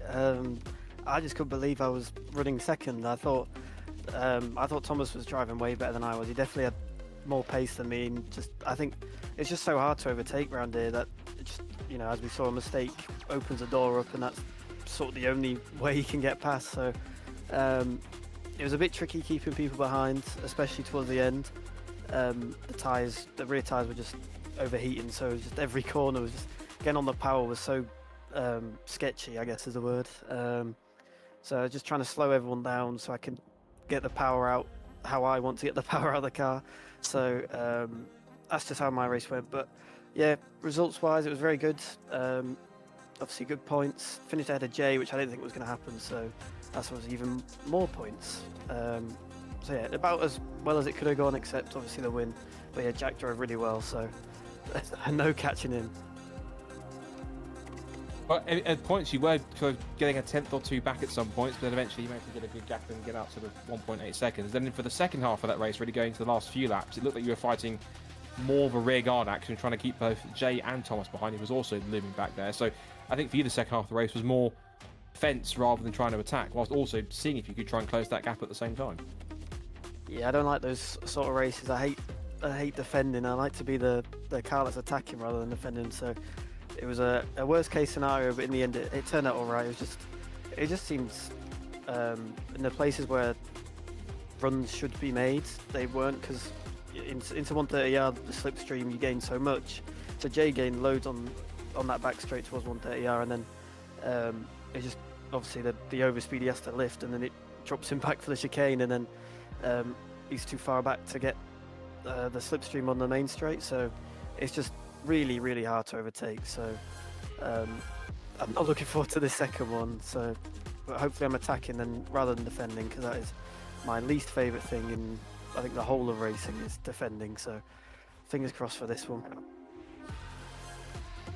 So going into race 2, obviously there'll be a slightly more jumbled up grid. So I mean, obviously one point in mind must be on how you end up in the championship, in particular the fact you were quite highly outscored Scott in that race as well to try and move yourself up into at least second place. Is this going to be like a typical race 2 strategy where it is slightly jumbled up? Just keep yourself clean, just try not to get mixed up in anything in the first few corners on the opening lap, and then just drive your race and see how it plays out? Yeah, exactly. Just exactly that, really. Just keep it clean, no damage, get through lap 1, maybe even lap 2, because I think everyone's on a pretty similar pace, and obviously with the overtaking being so difficult, it'll bunch all the cars up. So maybe the first few laps just try and keep it clean, see if there's any chance for an overtake, maybe a couple positions in on this first lap, but from there just really just try and pick my way through and just get as many points as I can, because it wasn't really on my mind, the championship, but now it is. So yeah, I'll see what I can do and just try and stay out of trouble the first lap, and then the rest of this race just pick my way through and then see where we are at the end. Just hopefully, again, like I say, I'm attacking rather than defending, which I think I should be in the second race, but with Jay and Jack behind me, we'll see. But it should be a good one. Fingers crossed it's a good one, and I hope it's a good result for your championship. So we'll see how you get on for race number 2, and see if you can speak to you in another 25 minutes time. So best of luck, and we'll let you get on. Cheers. So, moving on to our race winner, who is the championship leader. I think it's now definitely putting him one step closer to putting a hand on the championship trophy. Provisionally, at least, we should stress that. I'm sure there'll be some post-event checks to make sure that everything is as it should be. For Jack Smith, from the front row of the grid to race victory, and that was pretty much, I think, a case of once you had to force your way, not force, but get your way past Jay in the early stages to try and control the race. And even though the guys behind did try their best to try and keep you in check and reel you in, it looked as though pretty much that once they were fighting amongst themselves, you had the kind of race mostly to yourself with that kind of couple-second gap to the flag. Yeah, you basically just said exactly what I was about to say, but yeah, it was a pretty straightforward race. I was obviously following Jay at the start, and he had a great launch and followed him through the S's, and as soon as you get within half a second, honestly, the wash is crazy. I don't know if it was just whether it was just me or Ollie or whatever, but you get behind a car and you lose so much grip. I remember going through 130R behind Jay, and I just washed all the way onto the curb, and I was like, whoa. But yeah, no, we managed to get right behind him where I knew he'd make some small mistakes, and capitalised on that, and got the move done into T1, which is nicely done. And then yeah, just tried to get away. A few mistakes by myself near the end where it got real sketchy, but yeah, no, I'm super happy with that result. But yeah, now we're going to do full grid reverse, so should be interesting. Now, obviously, as we said at the start of the evening, that you weren't thinking about it too much, but obviously this is the last race of the season, and the fact that this race will at least provisionally settle who takes the title. You're in the hot seat, you're in the lead. Surely in some way, shape or form, this is going to be at least on your mind in some way in this race to keep it clean and not get yourself tangled in anything that you shouldn't do. Yeah, I really tried to get in the mindset of just not thinking about it at all, and just try to have the best race I can. I don't really... I've done so many of these races, these championships now, where I've got to a point where I can tune that out and focus more on where I am now in the race. So that's what I tend to do, and yeah, I'll probably be doing that for this race as well until I cross the line and we see where we are in the championship. But yeah, I'll definitely be keeping an eye out for sure. We'll let you go because the race is about to get go. So congratulations, and hopefully we'll speak to you for race 2. Cool. Cheers, Scott. Right, I think we're going straight into race 2 in a moment's time, because how they're here, it's about 40 seconds, so we're getting going very shortly. I'm certain it's basically a full reverse grid. You can see they're lined up already to get themselves good to go, and it's going to be Kenny Press and Jamie Page on the front of the grid. I think it's basically a full reversal of what the grid was from qualifying earlier on in the session. So, 15th for Jay Warren, it's right at the back of the grid. Jack Smith starts back in 14th with Oliver Gibson in 15th place, and Kenny Press and Jamie Page on the front. 15 races down, and it all comes down to this then. The final race of the season for the VRRC World Touring Cars at Suzuka, all ready to go when the red lights go out. We are underway for 20 minutes of touring car racing. It's a strong start initially from Jamie Page from the inside of the front row of the grid, and he might well beat Kenny Press down towards turn 1. But from the back of the grid, both Jay Warren and Jack Smith are away cleanly. Can we get through turn 1 without any too many dramas? Gibson's a little bit wide, but he holds his line and just about holds on. And while the car bug Audis is around, it might be Jack Dickinson. I think it is. Jack Dickinson was the one that went spinning. And another car that's gone off the road in the background is Paul Larry by the looks of it. Jay Warren's also involved in that. No, he's not. Jack Dickinson's got going again, but the kind of front running contenders are all right the way behind them. As they come back through and through the top of the circuit, back towards the right-hander. Over the crest again. Over the top of the Dunlop curve. Jamie Page, who has won 2 races so far this season, looking for a third in perfect position. Kenny Press is going with him. And as they come out through Degners,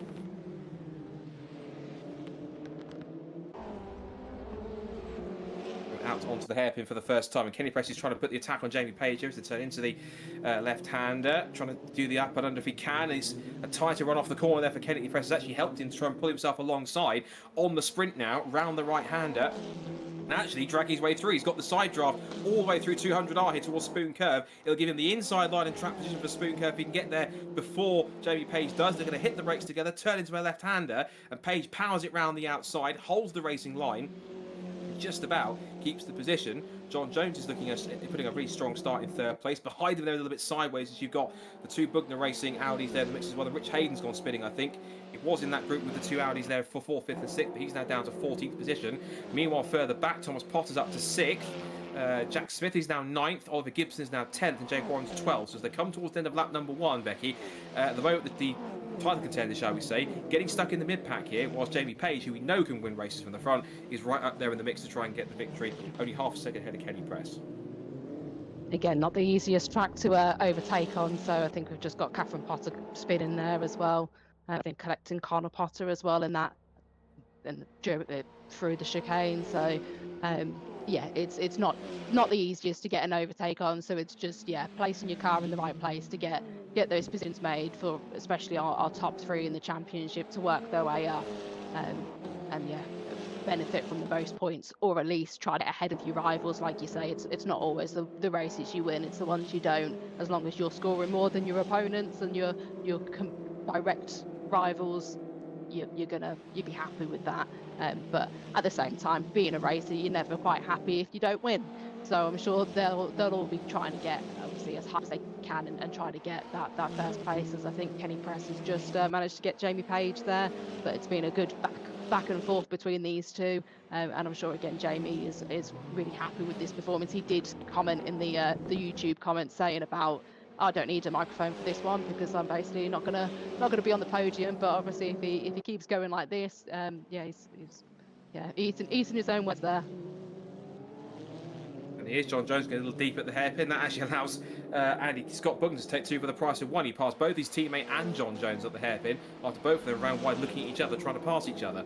So that's the 2 Bugner racing cars in there. And Bugner actually is highest of the three kind of the top 3 drivers in the championship. He's into 3rd place with his teammate Andy Carroll as a rear gunner. Jack Smith is there at 8th with Oliver Gibson right behind him. Potter now, and he's doing typical Thomas Potter things, trying to find his way around John Jones here for 5th position. Once again to try and make that stick if he can.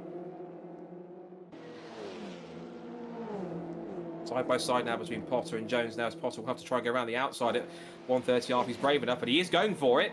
But he's has to run wide on the AstroTurf. That's not going to work, and Jack Smith is immediately on his toes trying to look to the outside line. He now sweeps past as Potter made the mistake, and that is now Smith into Smith's 6th position. He'll try and get past Jones if he can on the exit with slightly better traction. Potter tries to get up the inside here if he can, and it could be 3 abreast on the pit straight here with Jones caught in the middle. Down towards turn 1 they go. End of lap number 2 with Press ahead of Page now. It's a bit of change between the Audi and the BMW. Audi up to the front then. Kenny Press trying to bid for his first victory of the season as the cluster comes down towards the first curve. And Potter's got himself in front in 5th position. It's now Smith in 6th position. John Jones in 7th, then Gibson, Warren and Piercy. And then it's Dickinson 11th and Hayden Potter, Connor Potter, now Catherine Potter. So the main title contenders getting really stuck in this top 6, top 7. And it's mainly at the moment Bugner in there in 3rd place in the Audi with his rear gunner behind him. So I think that possibly Smith and Gibbs are going to find it a little tougher trying to make their way through the pack, particularly when they've got a few seconds to make up on the cars in front. Yeah, it's just some of the faster cars to try to get round. It's always a bit more challenging. But yeah, Bugner will be pretty happy with how that turned out. Like you say, he's in the top 3 at the moment of the championship. So if he's ahead of the other 2, he could really mix things up. And I'm not quite sure how points-wise ends, as we're on board with Ollie Gibson here going round the outside on Jones and manages to make that stick. That was lovely, that. So, yeah, not too bad passes up the hairpin there for them. Gibson now, of course, gets himself up into 7th place and trying to chase after his teammate, who himself is right on the tail of Potter. So that's now 5th and 6th for them.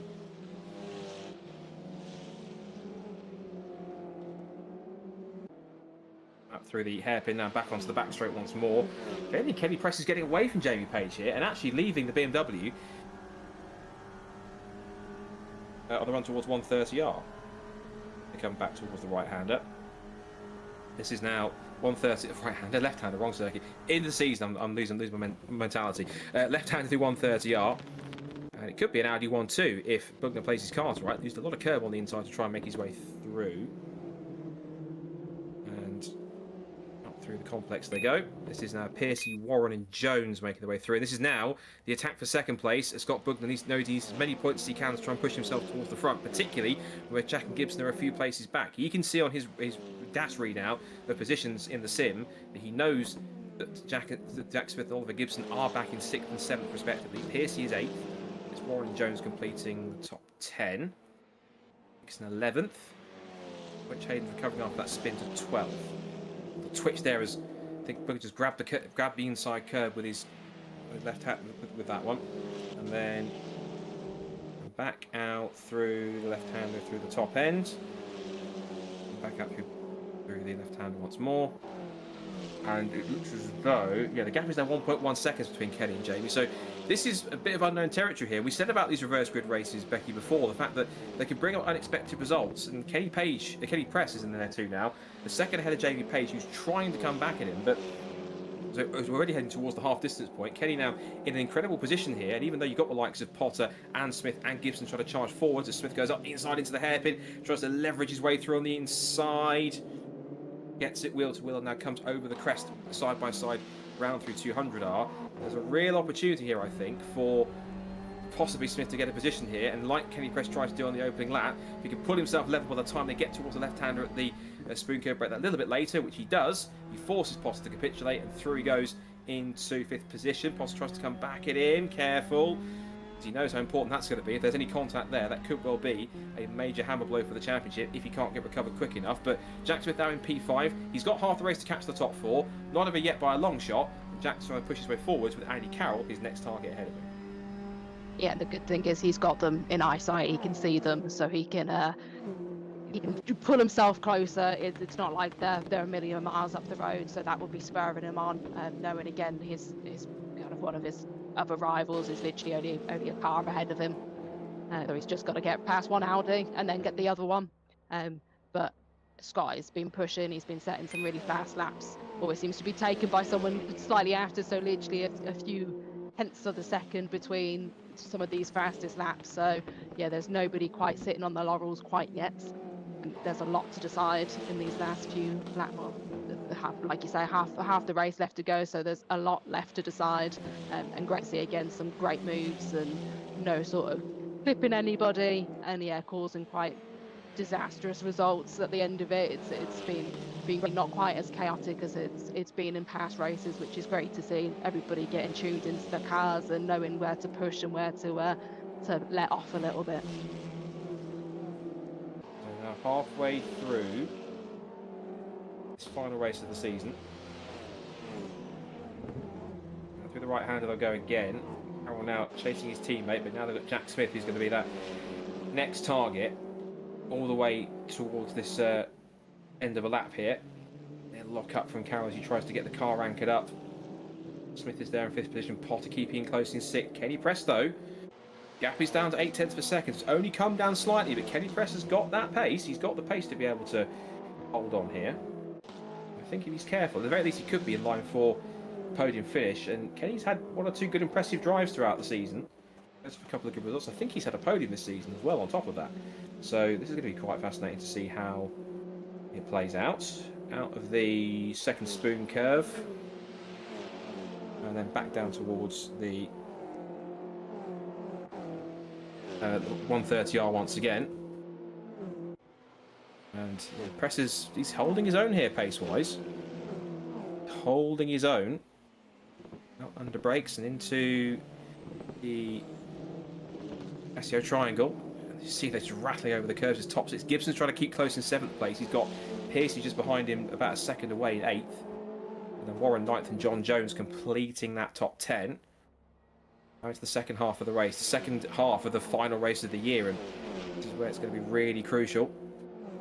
The only person that Jack Smith has to worry about in terms of outscoring him in this race so far is Scott Bugner, but Bugner's a little bit ahead of Thomas Potter. Has a look up the inside of Smith. trying to force the issue. He's just trying to find a position here and put Jack offline. I think Jack's going to be more concerned, Becky, here. We're trying to get past these two Audis, particularly the one that's in third place. But I just have a feeling that the two teammates here might have a bit of team play in a moment here, and possibly Andy might be just playing a little bit of rear gunner for Scott Woodwiss to make his life a little more difficult, and that's only going to stack up Jack Smith back into Thomas Potter here. So as they turn out the left-hander up through the Dunlop curve once again with 8.5 minutes to go, this is going to be quite fascinating. Yeah, we've had Andy openly say before that he's not going to challenge his teammate too hard. He's not in the championship running, even though he's doing well on the championship table. He's not in the top 3, and he's probably not going to be able to score enough points to get that. So he's quite happy to, like you say, be that defence, be that kind of wingman for him, and try to keep Jack at bay at least as long as he can. For hopefully Scott to get up the road a little bit more to just give them that bit of buffer.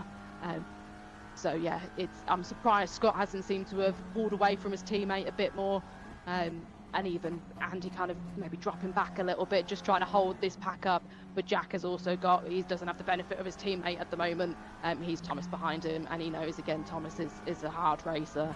He'll keep going for moves as and where he can without causing too much damage. So it's always kind of trying to keep focus forward, but also thinking, well, I know Thomas is there, and he's gonna probably eventually go for more moves as we get towards the end. So just trying to balance it and make sure he's defending where he needs to, but attacking as well to try to get Andy as quickly as he can. But Andy's doing some great defence to keep him behind and make sure he can't attack his teammate. It's pretty close, and let's see what Carroll does to try and fend him off. He's got half a second gap between them. And again, I keep being impressed by Kenny Preston in this lead group. He's still holding on by 3/4 of a second. Jamie Page, and here comes Thomas Potter up the inside, and that's another one he tried. He did that a lap ago, and he got a little closer that time, but I think he possibly realised if he went a little too further, it might have been just a tiny bit of contact, and that could have had quite some consequences. Now, Smith is on the tail of Andy Carroll here. Now, how much of a headache is Andy Carroll going to be here, or is the fact that Thomas Potter is right on Jack's tail giving him more worries about that and what's right ahead of him? They come up through the first few corners, up through the left hand as they climb over the crest, out of Dunlop curve. Also continues to pressure. Look at this, Jack is really in a catch-22 situation here. He's stuck right underneath Andy Carroll, looking for the inside line. I think he knows he has to go for the attack up the inside, and just forces Andy Carroll a tiny bit wide. But Potter's now got the run up the inside and one towards the hairpin. This is not the situation that Jack Smith needs to be in here, particularly he's got Potter to his right, and right behind him Gibson here too. He's really boxed in because Carroll's not as quick as he was through the hairpin. It's a twitch of oversteer, same from Gibson.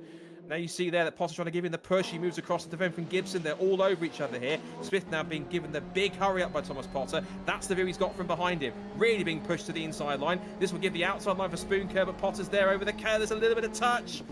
They somehow survive it, and Jack Smith actually might get a bit of reprieve here because Thomas Potter runs wide. Gibson is there, and Jack Smith sideways starts to hold on to it. There's more contact, I think, trying to get in touch there. That was Elite Piercy almost getting out in the weeds, but that was getting a little too close for comfort in that sense. I don't think there was a tag from somebody behind. He might have just lost the back end himself. What I saw of that, it wasn't a jolt from somebody making contact, but that was the worst possible scenario, or at least the least ideal scenario that Jack Smith could be in there. The fact he was stuck in that group of cars, there was always going to be tension going on there. There was that tiny little tangle with Thomas Potter, but it didn't really affect his corner entry. But it was mid-corner trying to put the power down that really affected him. That's what put him sideways, and now he's down to 8th.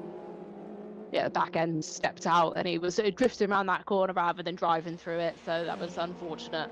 And again, there's not a lot of time left. I'm sure again he's going to keep pushing. He's going to see if he can catch a few more people, overtake them. I suppose if anything, it just lets you calm down a little bit from the intense sort of moments from before, with having Thomas right on his backside for the majority of the race. Just gives him a little bit of breather, but I'm sure he would have preferred to have a bit more breathing space being in front of them to keep attacking Andy and Scott in the two Audis. But it looks like Scott's quite comfortable there now. And got about a second to his teammate, and then again his teammate's going to be a bit of a cork in the bottle to keep any other attackers behind, and help his teammates secure the most points that he can, because Kenny Press and Jamie Page are just been strong, getting on with their race, not too bothered by what's going on behind them, and retaining their positions, which is great to see. Just 4 minutes to go, and I think Jack's possibly sat back a little bit here. You think he's possibly seeing what's going on ahead and thinking, if I get involved in that again, it possibly could have more further-reaching consequences. So we'll hold on for the time being here to see what happens. He's trying to keep up with the cars in front, but he might sense that the more they battle, the easier it's going to be for him to come back towards them. Back towards Spoon Curve. And just on the exit here, Carroll's holding on to that third place. Gibson trying to push him here. In fact, actually, whilst that happened, Jamie Page has made a mistake. So whilst I was I think I was looking away from the screen for a second there, but Jamie Page has gone down to 8th. So Kenny Press is now 2.5 seconds out in front, unchallenged. It's now an Audi 1-2-3. I don't think we've ever had in VRRC touring cars this season yet. So it could be all 3 Audis on the podium, unless the likes of Gibson and Potter have anything to say about that. It's Warren in 6th position. Jack Smith is back in 7th and not really closing in on these cars in front. He's trying, but not really fighting hard enough amongst each other to make that work. Is now the inside. Look, Gibson, there's almost a bit of a tangle between himself and Potter at the chicane. Now they come onto the pit straight, and let's see, he's working this way and that, side by side, onto the run towards turn 1 once again. This is now Warren to the inside of Gibson to take the position and to take 5th position. Down towards turn 1 he goes. He's going to be, I think, roughly 2 more laps in the season here to go. And as we go through here, this is going to be quite impressive to see how this plays out. I think Jay's going to be trying to hold on for 2nd place. So for 5th position where he's at the moment. Kenny's still 2.6 seconds out in front. And this is impressive, genuine pace. I have to say, I keep on saying it, I'm genuinely impressed with the pace that Kenny Press is setting here. It's not just the fact that he started from the front row of the grid, but he's kept the pace. He's running at the speed that everyone else, the rest of the leaders are. He made some good progress in that first race to try and move his way up and down the order. So I think this could be, touch wood, considering him a next lap and a half or so, looking at his first potential ever victory in VRRC touring cars, provided that this lot keep on fighting as hard as they are and make it incredibly difficult, as Jack Smith has caught the train here. He's running out of time and options to pick them one by one. If he's going to get to the head of this group, he's going to have to do it quickly, otherwise he's going to be wondering exactly where he might stand in the championship, given that both of his main rivals are currently running ahead of him.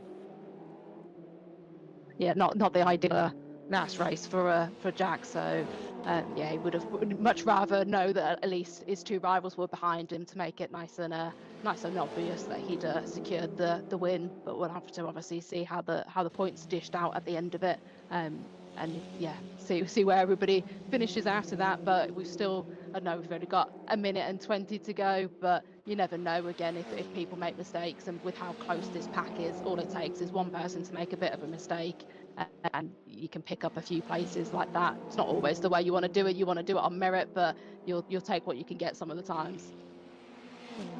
I think he's great in his own opportunity there anyway. And all the people he's doing it on, it's Oliver Gibson trying to go down around the outside. Gibson's not going to fight that too much. He is his teammate, so the one person he doesn't want to tangle with is the person in the same garage as him. That's the cardinal sin of motorsport, even sim racing or real. On to the last lap of the season they go. This could be a real melee for positions here. Kenny Press is away by 2.7 seconds. Scott Woodwiss in 2nd place, but for 3rd, it's anyone's guess. It's now Carroll, Warren and Potter going at it wheel to wheel. Warren now sweeps to the outside towards turn 1 in the first cover, tries to go round the outside. That's the impressive stuff, Warren. If he can hold it and keep the line, he's got the grip, he's got the position, he's got the place. Impressive stuff from Jay Warren. That might well be possibly a contender to put in driver of the event, because that was an incredible move to get 3rd place. And behind this contact between Potter and that was Andy Carroll. And that's opened up beautifully out of all of that for who else but Jack Smith. He's now into 4th position. Gibson's behind him in 5th. Buckner's ahead in 2nd place. But I would think provisionally that might well be enough to possibly let Jack Smith have the title here. So we'll see. We'll wait and see how that one plays out. Through the next couple of corners we go, up towards the Degner curves. And it'll be interesting to see how that one plays out. And they come up towards the hairpin now for the final time. We are into overtime, so the race has completed. And as we see here, this is now Smith still battling to the end with his teammate. I have a feeling, I think we're going to be on course here, given the fact he did win the first race and possibly looking forward to finish ahead of Gibson, and Bugner lost points after he finished behind both of the BMWs. I think we can provisionally at least state that he will be on course for the title if he can just hold it for the last few corners and can make that happen. Out in front with a 3-second advantage. I think we're going to get another special sign-off for this season, because Kenny Press has had his ups and downs. He's had incidents, he's had mistakes, he's had times when he hasn't been in the pace. He's had a couple of golden moments. This one certainly is going to be one that's going to top them all. They're through 130R for the final time.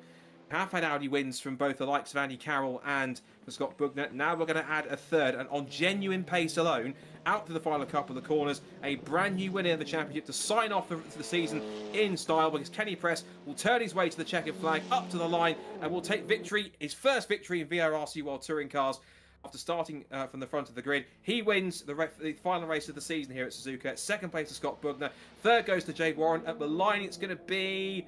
It says Gibson ahead of Smith, I think, which wasn't sure how that one worked out. But the headlights are flashing, so we potentially think, and we'll stress this absolutely provisionally, that we think potentially Jack Smith has done just about enough to potentially go ahead and be the VRRC World Touring Car Champion. It'll get confirmed, I'm certain, once we get confirmation, some points calculations later on after the event. An excellent effort from Jack all the way through to get himself up to the head of the field. And that will certainly be something that he'll up to 5th position. At one point looked a little bit ropey, but he did manage to hold on and make that stick pretty well. 6th for Lee Piercy, 7th for Rich Hayden, 8th for Andy Carroll. So after his tangle with Thomas Potter, he holds on to 8th. Then it's Dickerson and Jones in the top 10, and Catherine Potter finishes in 11th. And with that, the checkered flag has fallen for the final time. And so we're going to go forwards then to our final set of top 3 interviews before we sign off, not just for the event, but for the season as well in VRRC Touring Cars. So stay tuned. We'll be having a chat to our last podium of the season in a few moments' time after this current word from our partners and sponsors here at VRRC. So stay with us, and we'll be back on the other side to have our final few words of the season before we wrap up VRRC Touring Cars for 2025. Back in 2.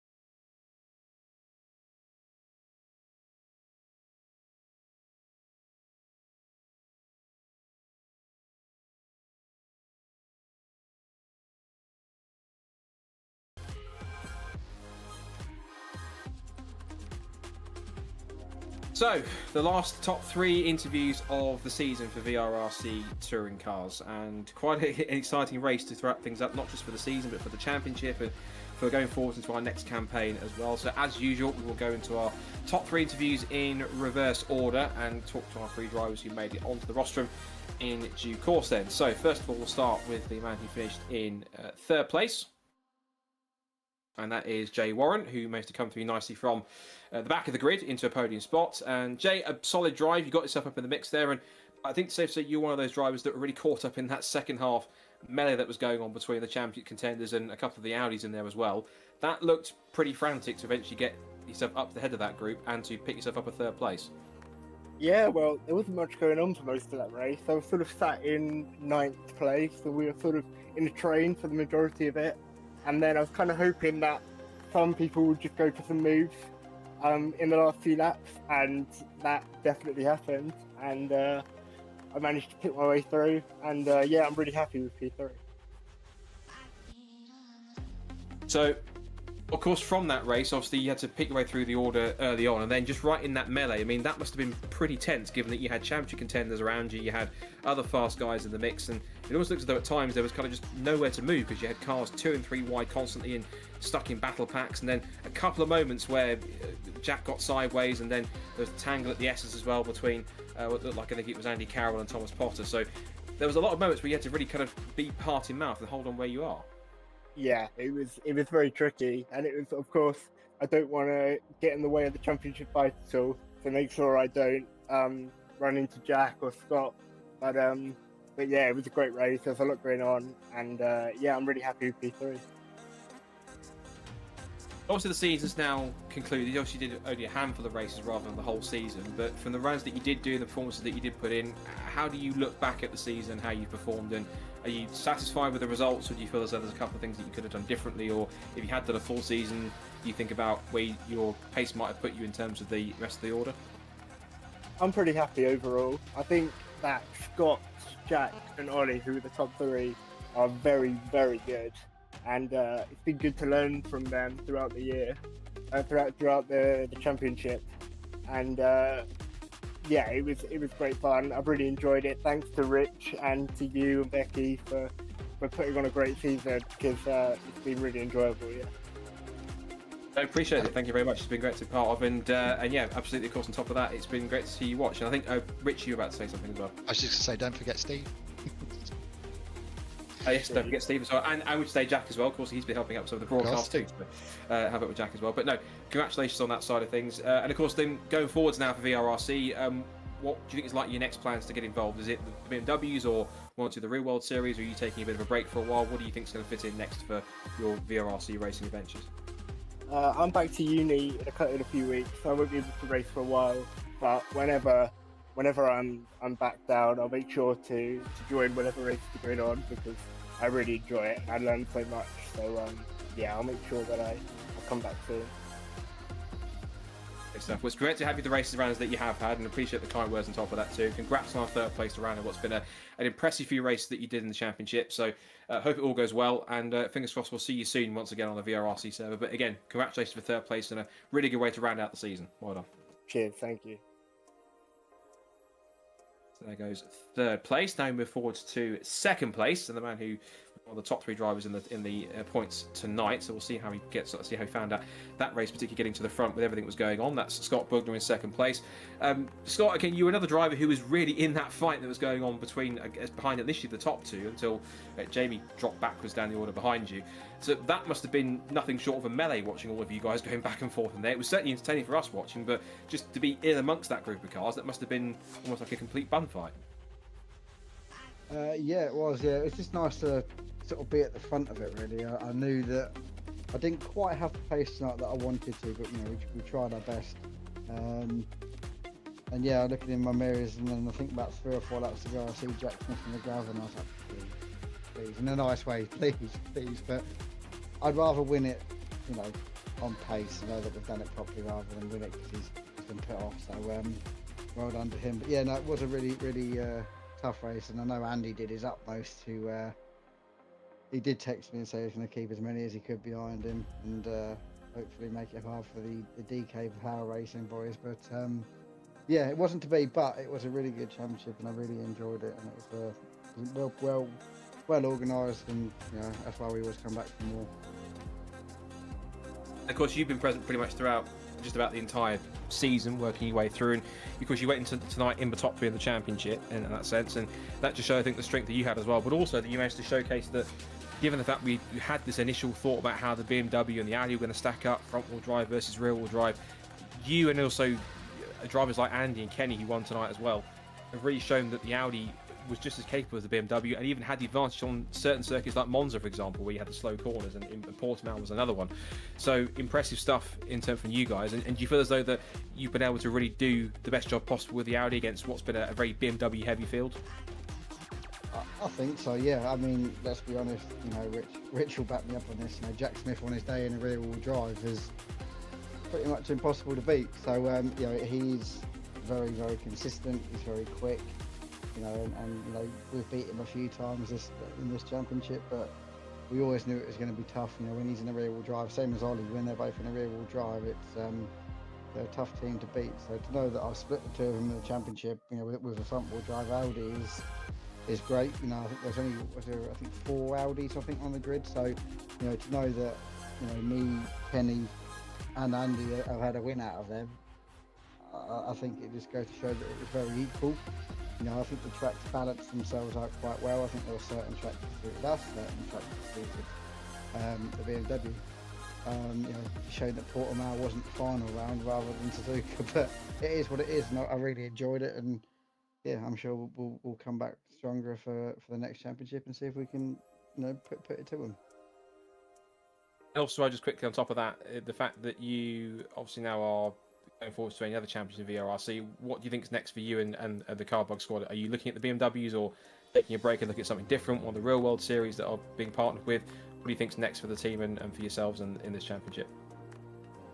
I know all three of us are signed up for the BMW, so rear wheel drive, as Rich well knows, isn't my favourite selection, but we have to do front and rear wheel drive. It's only fair. So we got what we wanted in this one, and then as much as I'm not a fan of rear wheel drive, once I get the hang of it, I don't mind it. It's just getting the hang of it again. When you jump out of a front wheel drive and then go into a rear wheel drive, it's a big difference. So bit of practice now on the server and get used to it, and then hopefully we can get on the podium in the next one.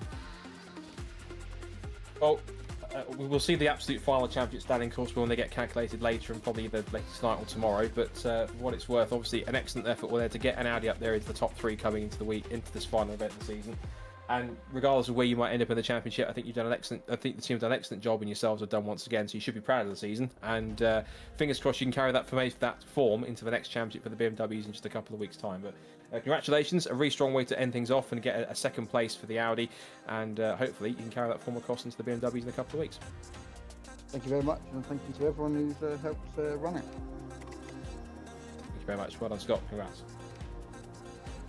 And we were hoping to speak to Kenny Press, but it doesn't seem to have a working microphone, unfortunately. But even so, an impressive effort for Kenny to get himself a first victory in this season, at least, in VRRC Touring Cars, and a win for Audi. I think he's the third Audi win of the season, along with the 2 Bugner cars of Carroll and of Scott Bugner himself as well. So congratulations on that too.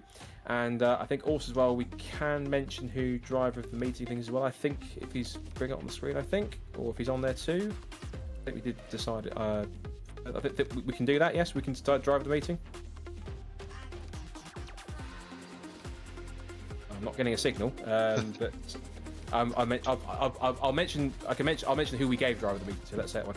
There it is. We gave it to Jay Warren. So of course he managed to get that excellent pass around the outside, got pole position, got himself a couple of good results, so a couple of podiums. So that'll certainly be one for him. So our last driver of the meeting goes to Jay Warren for his excellent effort. So congratulations, Jay. Good effort. He's disappeared now, but you can see that back on the broadcast as well.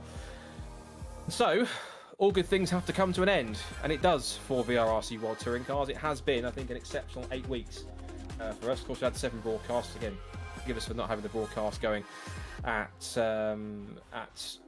Spa-Francorchamps, but we managed to get the rest of the Auto for you. Again, reminders of what's coming up now in the next few weeks. And of course, Rich is here, so I'm sure we can talk through that in a moment's time. We'll give some final thoughts and sign-offs for the championship. We'll quickly rattle through it. In fact, we're supposed to bring him now, I suppose, with Rich as well. Rich, first of all, we'll talk about what's coming. Hello. We'll talk about what's coming up for next as well. BMW M4 GT Sprint, 4 North American circuits, 3 kind of European and 1 Middle Eastern circuit. Good selection of tracks, and as well a very capable car. This has been quite a popular sign-up so far, so you're expecting another pretty solid grid throughout the season, hopefully. Yeah, we've got a fantastic sign-up for this one. We've got 24 drivers with possibility of maybe 1 or 2 more. But yes, very looking forward to it. This car is much more in line with how a GT4 car handles. It's got a lot of weight to it. Goes over the curves quite nicely as well, but it's limited on grip. So it's a bit of a challenge. It's a semi-fixed setup for the setup for the car. So we're locking out all of the suspension stuff and alignment, and kind of just leaving open the ride height and traction control and tire pressures, not fuel pressure, tire pressures. So that hopefully will level it out a little bit more, because there's less opportunity to get time through a setup. So yes, very looking forward to it. We've got some new drivers as well in the next championship. A couple of drivers from the mini challenge has come over, so that's going to be quite exciting as well, having those guys racing. So yeah, a couple of weeks time we are going again. Are indeed, and plenty. So good solid grid, good calendar, good cars are on as well. So it's got all the ingredients of being another success as well on top of that. And of course, we also talked about in the intro as well. Before we got to the 2 new real world associations that you had, managed to showcase some of those, and we'll bring them up on screen now to see talk a bit more about that. We've managed to make some more preparations for those. I think if we are bringing them up on screen, perhaps I was going to talk first of all about the student motorsport. race as well. Whilst Steve, but there we go, on the screen we've got it there too. So Student Motorsport then, this is the new City Car Cup Student Motorsport official esports series. It looks like to me, correct me if I'm wrong, this is an adaptation of the existing C1 mod to make it more City Car Cup-ish, am I correct? Correct. Yeah. We've got a little bit of work to do on it's because it's the endurance spec, the one that's on the Assetto course. So we need to do a couple of changes to it to bring it in line with the Student Motorsport Cup, but City Car Cup. But yeah, really looking forward to it, and it's going to be a little bit different. So JP from Student Motorsports asked us to put some learning modules in there for the students. So I'm quite excited actually about doing this. You know, it's a championship, but we're adding in learning modules for everybody as well. So obviously that will be judged by JP and the team over there. But yes, very much looking forward to doing something just a little bit different. They're going to be different, quite fascinating. I know from personal experience, being up close with the championship, that city car racing is pretty phenomenal. And when they get in packs, it's certainly one to watch. It's all about momentum. So if you lose momentum, you not eventually lose one place, you lose 5 or 6 or more. So you have to be very careful how you run it. So that's going to be fascinating dynamic to see how the teams run these cars, particularly when they are so low powered. And you can pretty much, in most cases, keep your foot flat to the floor for the most part, for most of the circuits and most corners around them. So they're kind of like big go-karts, having driven one myself, so it's quite fun to see. The other one which we're excited for as well, of course, is the Scottish Legends esports series as well. That's the new one coming up. Legends is always fun, wherever it races, whoever's racing it, in whichever country it's racing. Now an official esports series, these cars are always massive fun to drive. I'm expecting this is going to be another pretty popular one, even with some external drivers who are not necessarily Scottish natives, but certainly a champion that's going to be quite popular for those who want to experience these cars for exactly what they are, which is big fun for such a small speed, such a small size. Yeah, this is, I mean, you couldn't get more different between the City Car Cup and these, could you? So, so yes, again, we're going to be doing some work. We're working with the guys at Scottish Legends as well to make sure the car feels correct. So we're doing some testing with those guys over the next few weeks, and we'll make some changes to the car to suit. But yes, another fantastic series that we're really pleased to be working with the guys at Scottish Legends, and long may that continue too. Certainly, and of course that's coming soon. More details will be available on socials and on the VRRC website when it's available. But two very cool real world associations coming up with esports series in the mix, and I'm certainly saying the start of a few more, which I'm certainly going to be in the pipeline in the future, whoever they may be. But good to see those groundings up in there too. And of course, top of that with the BMW series is always going to be quite fun to watch as well. Yep, absolutely. So can I just say, obviously it's the last round, and I just want to say thank you to everybody that's been involved, all the drivers that entered. It's been a really good championship. I've not had personally a very good one myself, a bit unlucky all the way through. But yeah, thank you to all the drivers that entered, and obviously thank you to the team behind it, yourself, Becky, Steve and Jack, when he was doing the broadcast away. So fantastic job, guys, and appreciate all the effort everybody's put in. I hope I don't mind speaking on behalf of them and say thank you for having us involved, and thank you for putting it on and making such a great championship. And this has been obviously my first full season of VRRC, having stood in a couple of times for Richard last season. So to be part of a full season for it has been very fun, very good to see. It's been quite consistent and nice to see the championship develop as it goes on, and yeah, really good to see. I also want, if she's happy to, let Becky have the floor as well, because Becky, of course, has done, I think, an excellent job as on co-comms as well in many cases. And absolutely. And Becky, final words on the season. Of course, this has been your first proper full season. I think you've jumped into it pretty much with both feet, and you haven't sank. You've more than that. You've swum and you've thrived in it. I think personally, if you don't mind me saying so. So, final words for you from this championship. It's been pretty fun. Of course, whoever gets finally declared the champion, we think is Jack Smith. We'll give it in that sense, but we'll get it confirmed, of course, within the next 24-48 hours, I'm certain.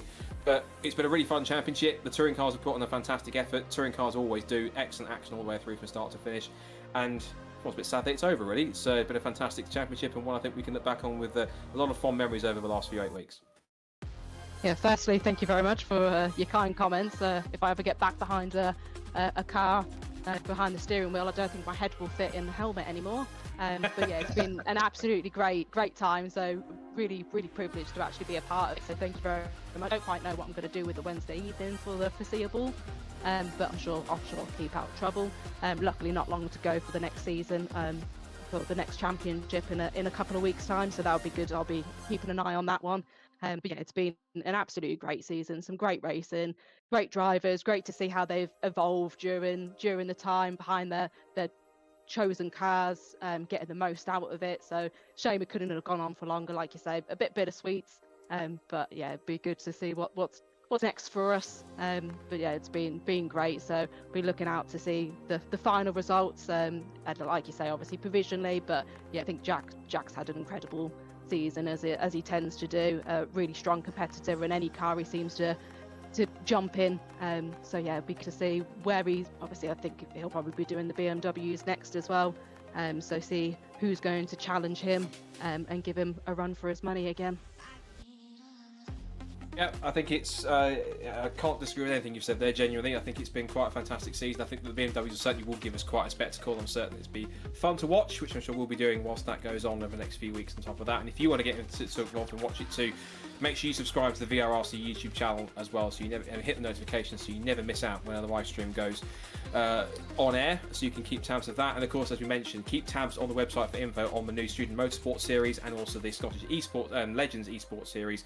And of course, for when we get going, there are more details for them soon, and when we get going with the BMW M4 GT4 Cup coming up very shortly. So I guess it's all there for me to say for one final time is thank you to, well, as Rich said, everyone involved, everyone at VRRC, to Rich, to Steve, but also to as well to Jack Oliphant, to Becky, to all the drivers and teams that are competing in this championship, and everyone that's been part of making it together, even those that kind of sort out and arrange the tracks and everything that's been involved on top of it. Thanks for making it another excitable championship, and one that I certainly will be looking on with some quite good fond memories. Before I carry on rambling, I'm just going to wrap it up now. So thanks for watching. It's been an incredible 8 weeks, and essentially we will have had, I think, a very worthy provisional champion, I think, as far as I can tell, in Jack Smith, if that is him. And but from all of us, thank you for watching. Keep on subscribing and watching for more future projects as they come up in the next few weeks. And until then, until the next time, whatever it might be, we'll see you next time for more VRRC action. And once again, we sign off from our touring car season. 8 rounds in 8 weeks. Done. We can take a break now. Bye for now. Thanks for watching.